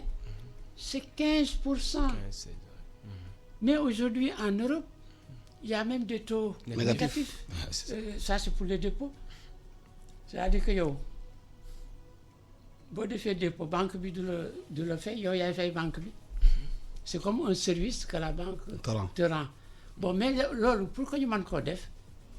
il y a une contrainte majeure c'est que li ma waxoon ci njëlbéen nga c'est pas une monnaie nationale boo xam ne bi Amadou Ba et son équipe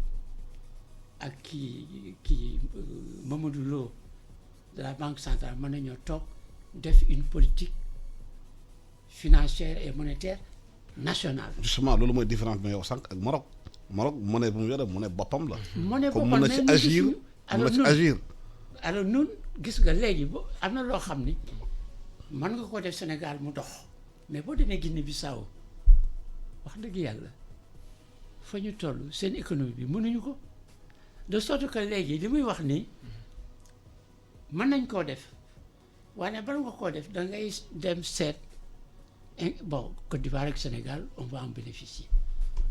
mais boo demee Niger léegi jaayatul uranium ils ont des problèmes de sécurité énormes nga dem Mali la moitié du pays est entre les mains des rebelles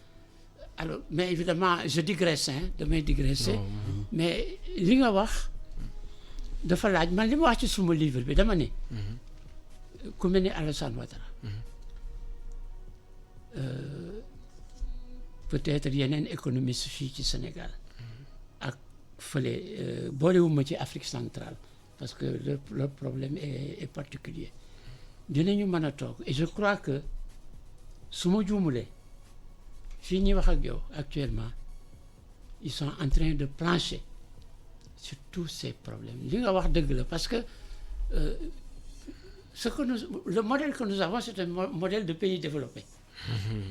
C'est un modèle de pays développé. te on n'est pas développé. Exact. On n'est pas développé. gis nga xam nga wax naa leen exemple Brésil ak Turquie mais ils se foutaient éperdument des critères de convergence. ñoom ñu ngi daan leble di construire ay entreprises pendant ce temps la monnaie se cassait la gueule mais in fine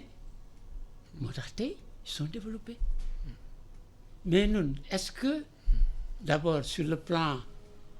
de la solidité de l'État de la solidité des États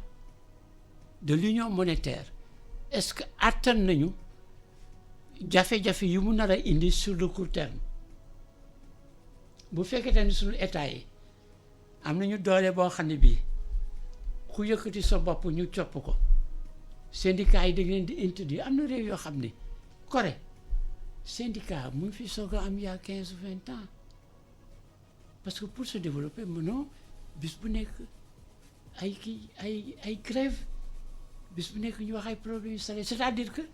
dafa am sacrifice boo xam ni il faudrait foofu laa meree l'opposition sénégalaise xultu rek lañ fi nekkee ay waxi picc li ñuy wax mais li kii wax non c'est-à-dire que y a des enjeux qui nous interpellent am na ay problèmes yoo xam ni yi de problème de souveraineté économique problème de développement économique man ci suma bopp banquier la banquier dañuy prudent banquier lu ñu nii rek mu waaf ñi ma wuñu jafe-jafe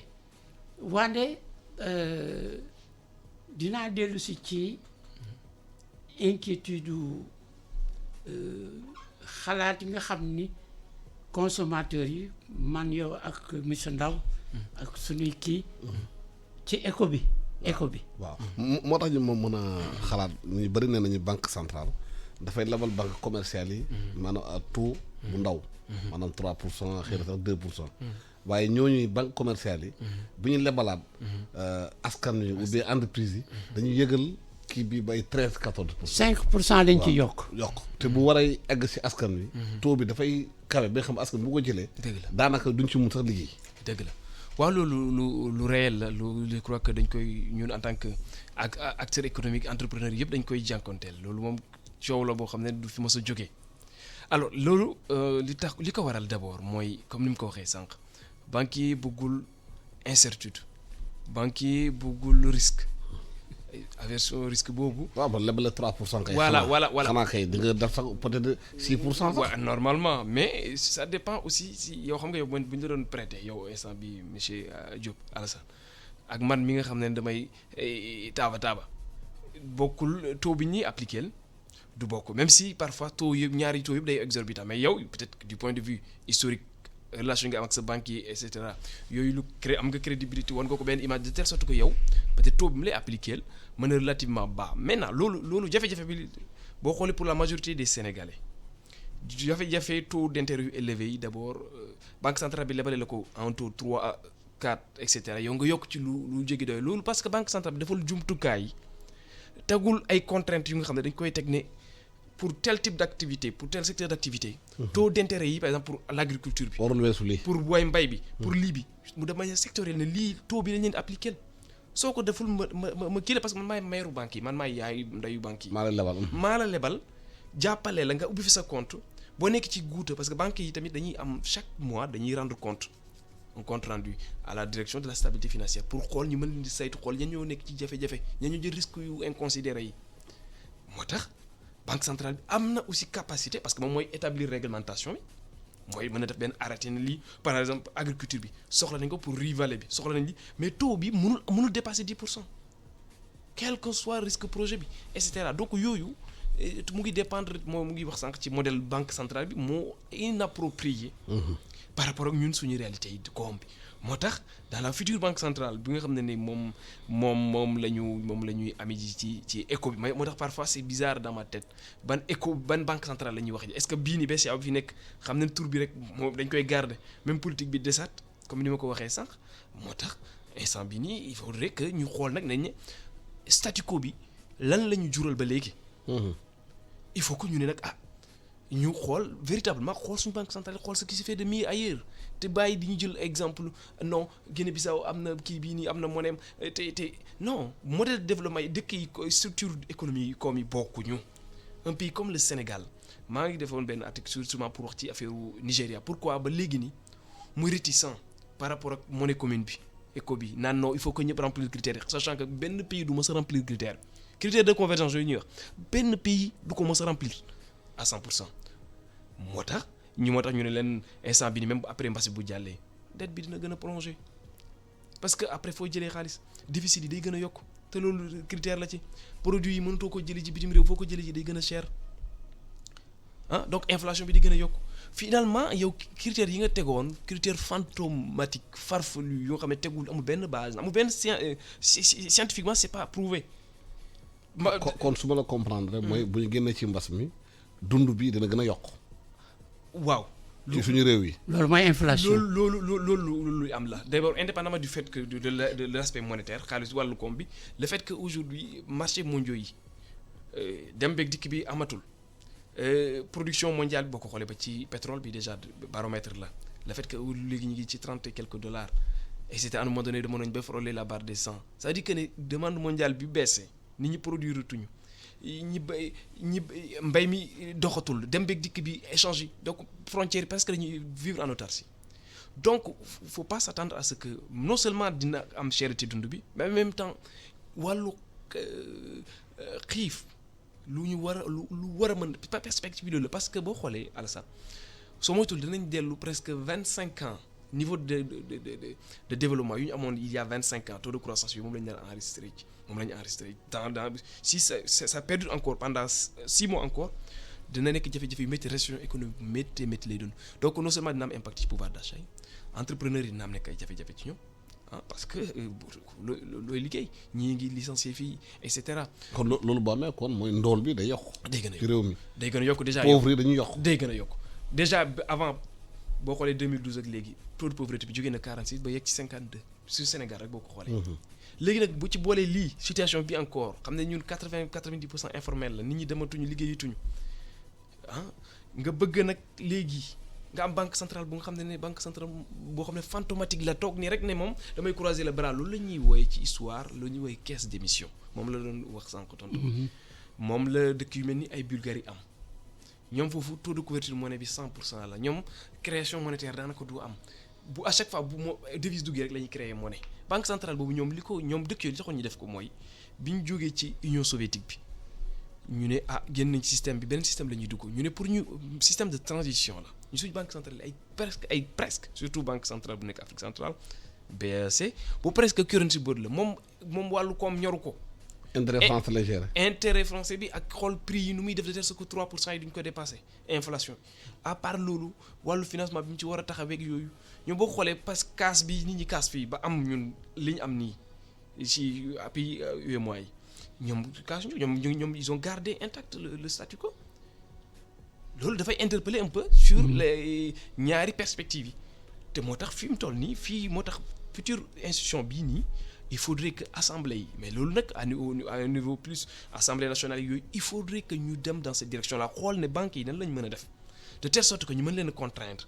via la banque centrale ñu mën a nekk des banques yu nga xam ne qui sont là pour le financement du développement. waaw loolu question bu rëy la parce que ñu nee nañu bëri banque Sénégal yi fi nekk fii du ñu financer développement am sax ñu naan Sénégal amul banque bu mu moomal boppam banque yu bëri nekk fii banque bitim réew lañ jógee ñëw implanté wu fii am nay privé dañuy naqarlu bu ñu amee projet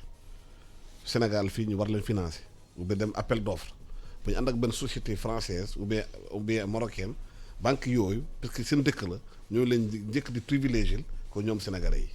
loolu problème bu rëy la ci réew mi. c'est une théorie bon. waaw xamoo si une théorie ou pas waaye loolu la ñu wax. lan la ci. waaye damaa bëgg a dellu ci li mu wax. ci taux d'intérêt yi. waaw gis nga bu njëkk. lorsqu'on faisait les plafonds de réescompte daf cee amoon montant boo xam ne bii c'était pour la campagne agricole. C'était des taux préférentiels d'ailleurs on appelle ça le taux préférentiel. C'est-à-dire que jamono yooyu la préoccupation de l'administration coloniale par des États par la suite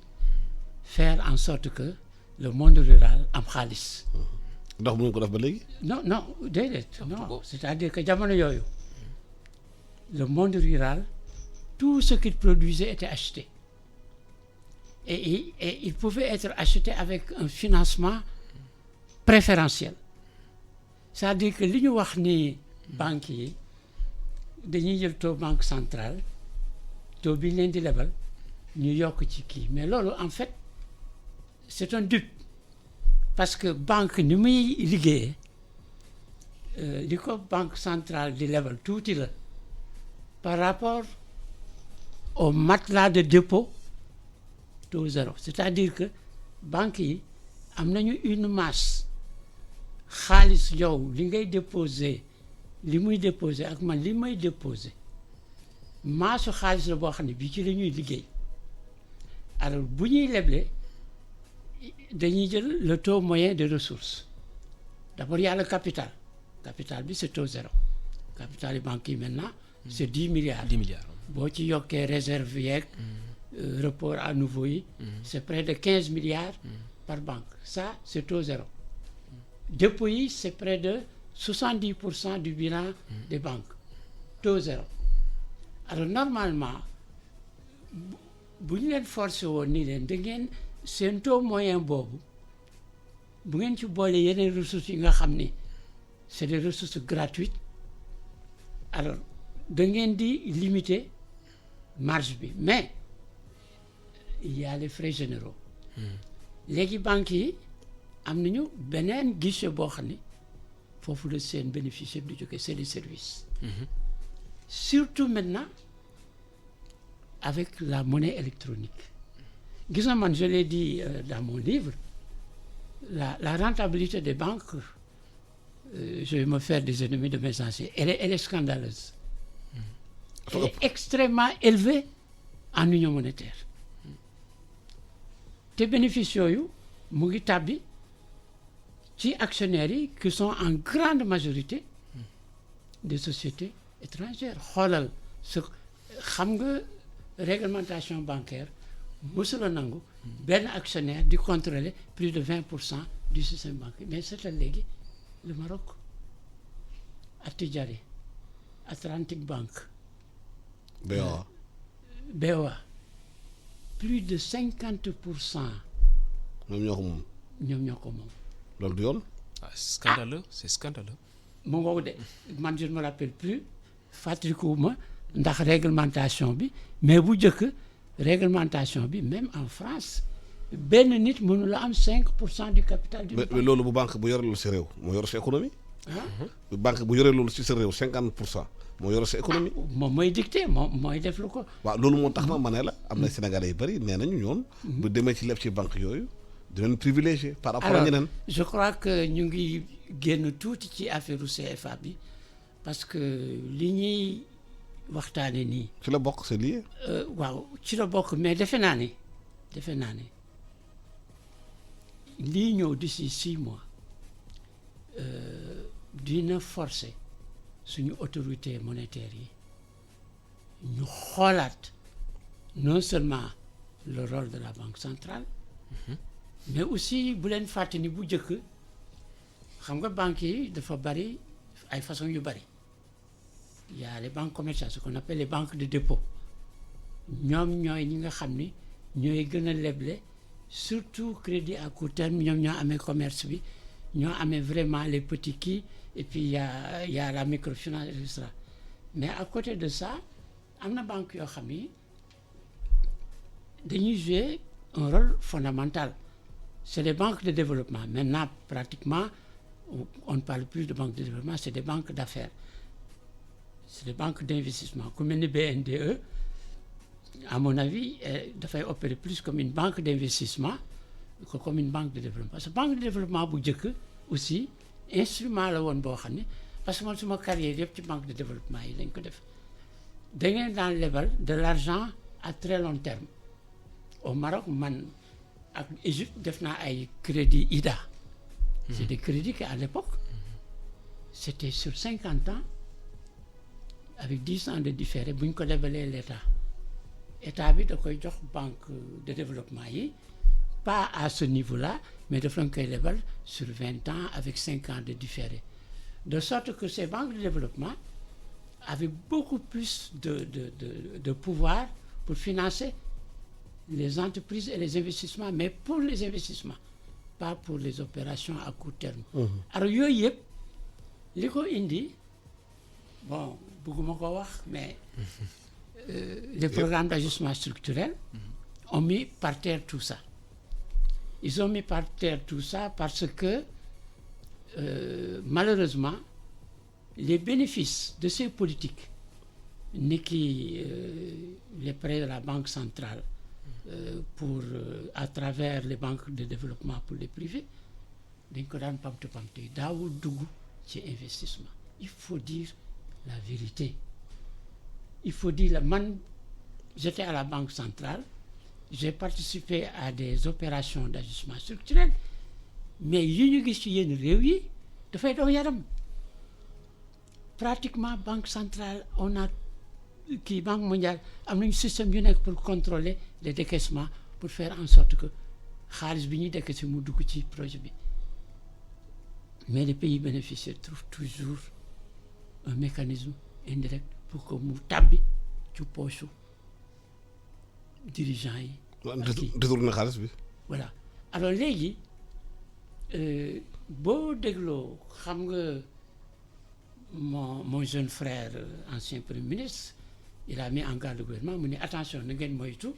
xaalis bi ngeen di jox mu ànd ak ajustement structurel mais en fait c'est un ajustement structurel à l'envers xam nga l'union monétaire a décidé de suspendre les critères de convergence économique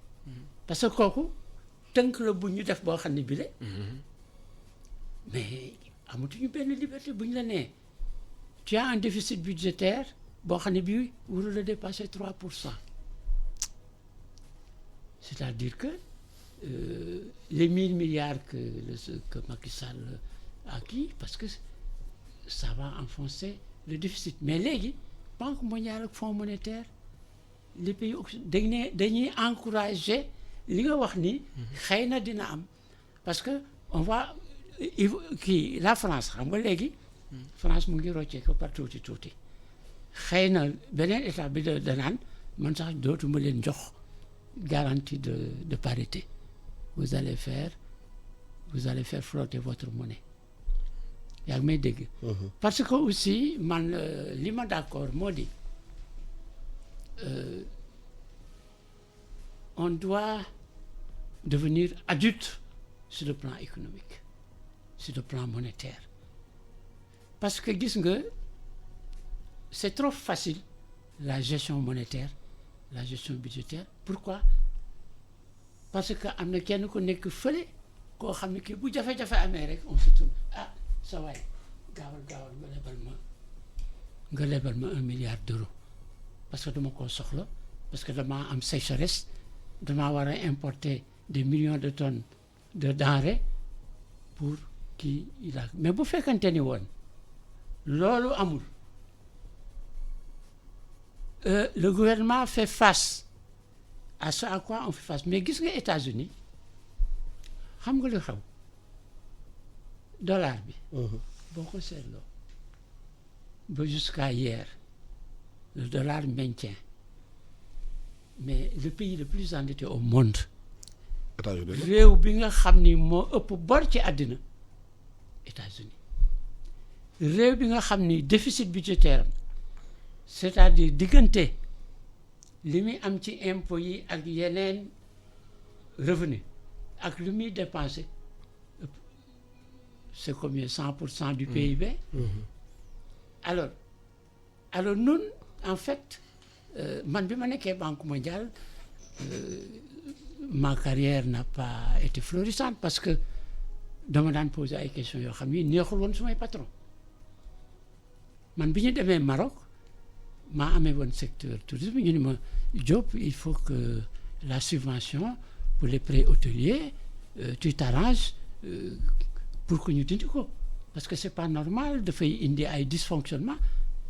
ma ne leen non je suis pas d'accord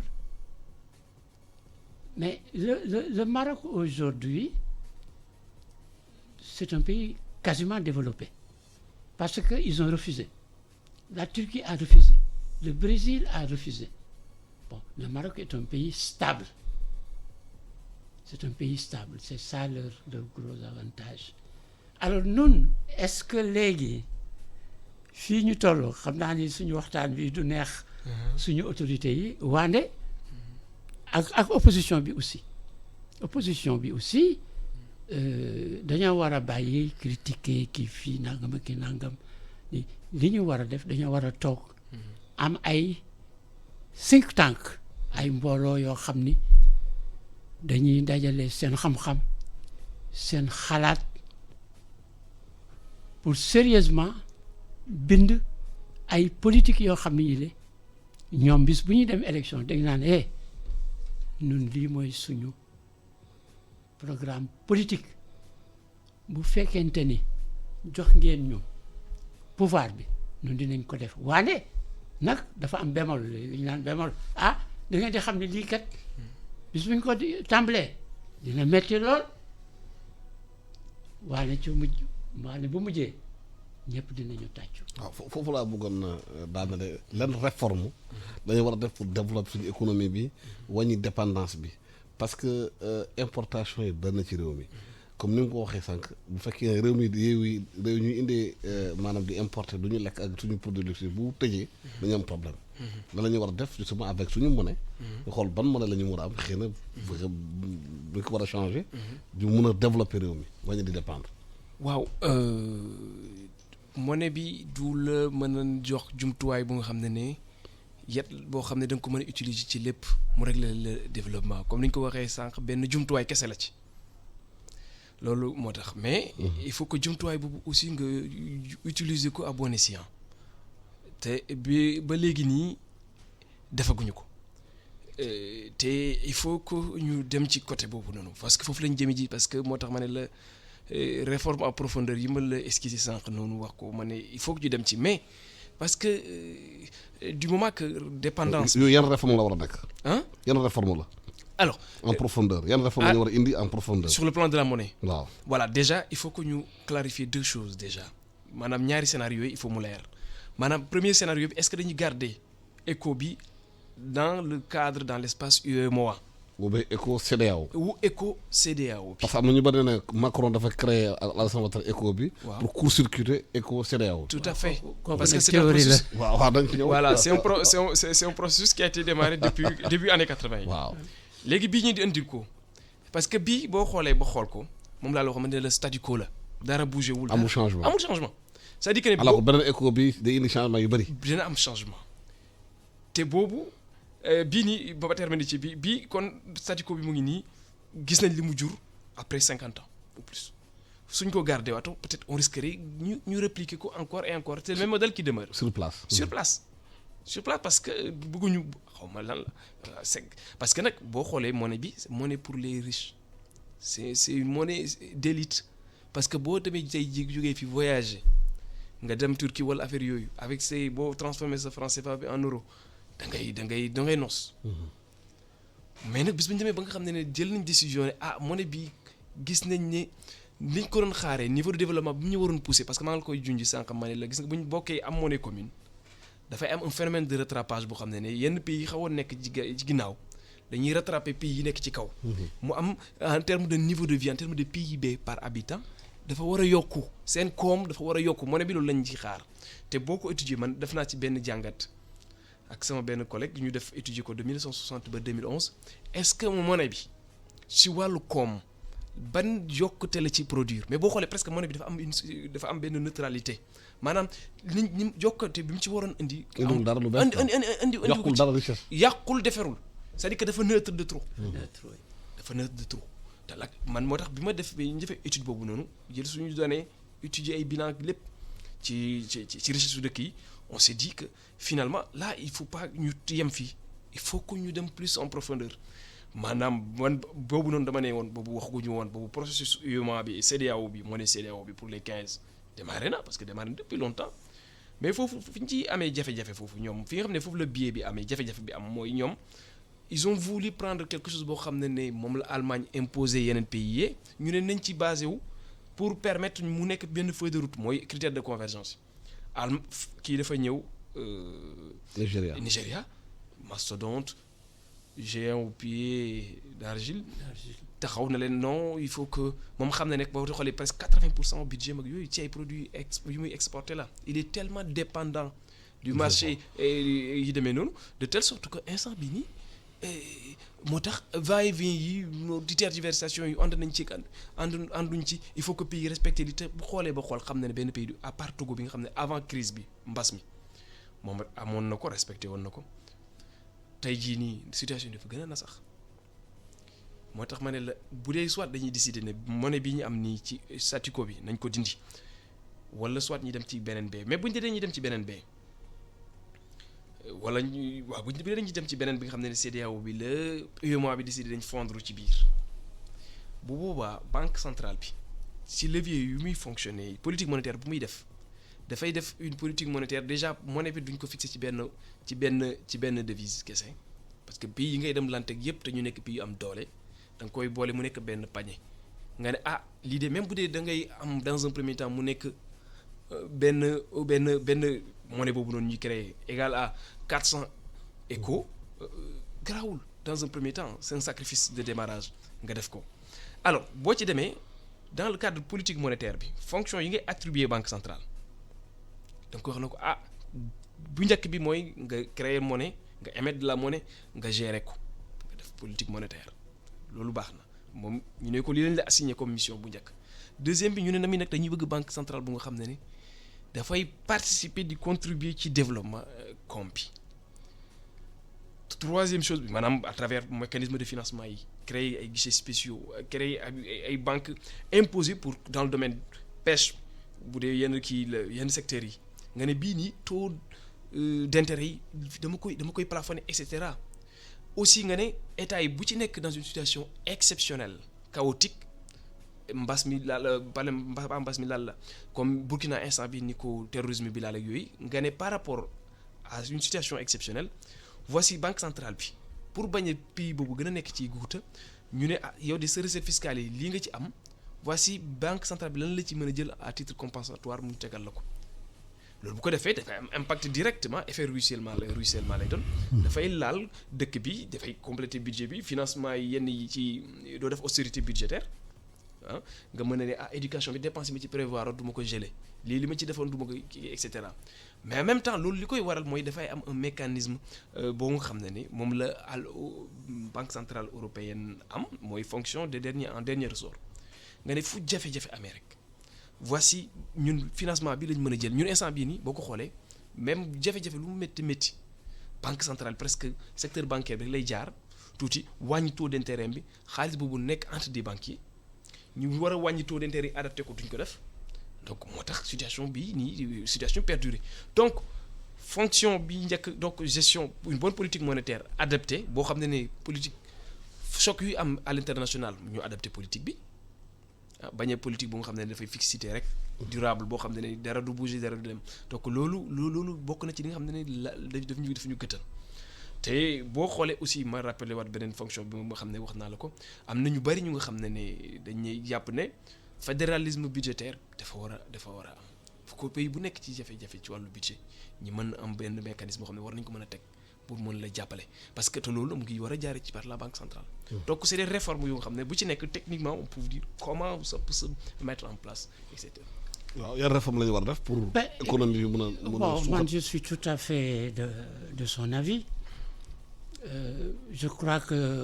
c'est un défi la boo xam ne bii sunu réew yi il faut que ñu jóg ci.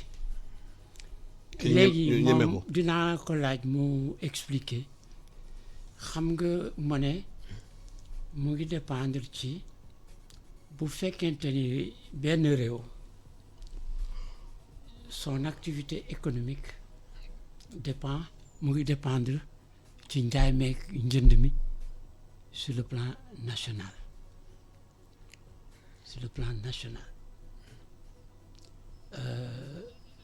à côté mën ngeen a am une politique boo xam ni dafay promouvoir exportation yi pour que ngeen am devise mais li tax Inde Chine États-Unis ces grands pays là seen monnaie am doole c'est le marché intérieur vous pourrez mieux expliquer ça dinaa leen jox benn ñaari exemple bi may liggéey Rwanda ak Burundi durant les années 70 c'était des pays loo xam ni wax dëgg yàlla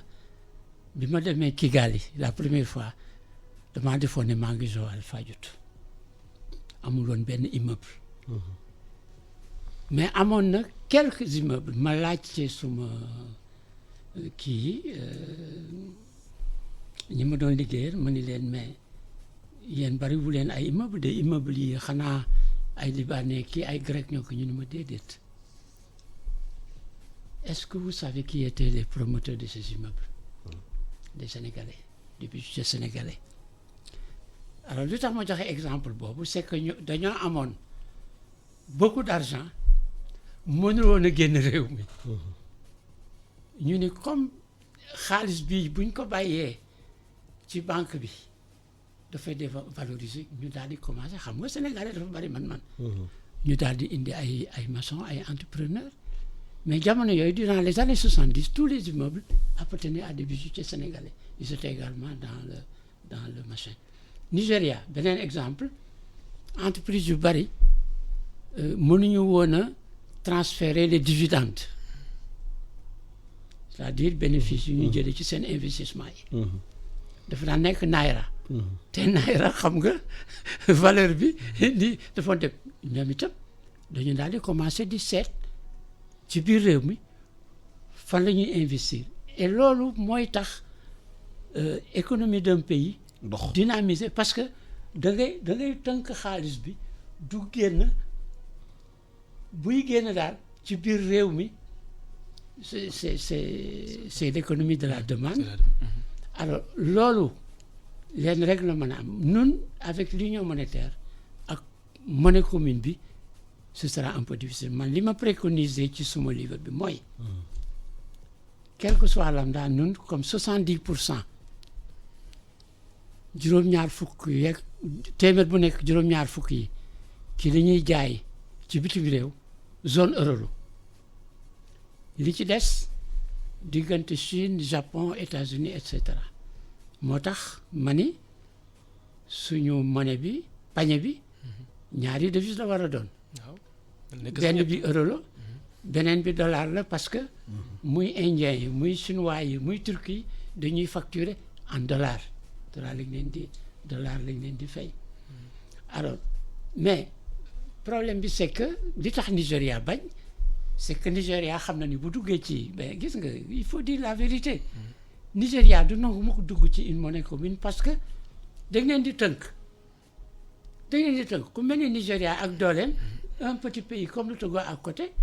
bëgg nañoo def benn politique monétaire Togo bañ du am actuellement en Europe xam nga Macron ak Angela Merkel négocier nañu un plan de relance ñoom ak Allemagne le 460. mais les petits pays Hollande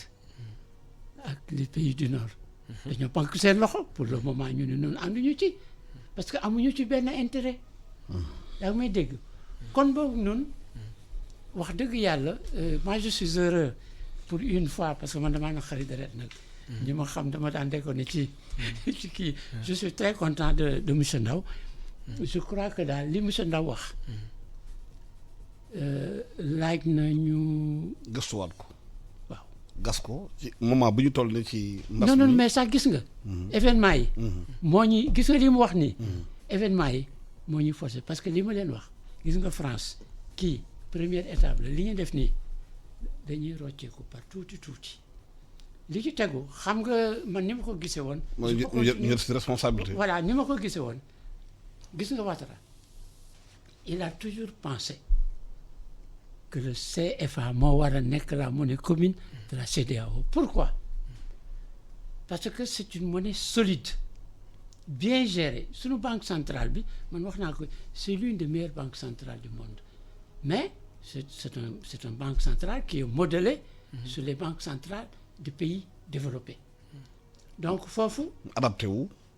dafa adapté wu non c'est plus que adapté. je crois que une réforme profonde. looy laaj. alors ñun léegi xam nga man je disais que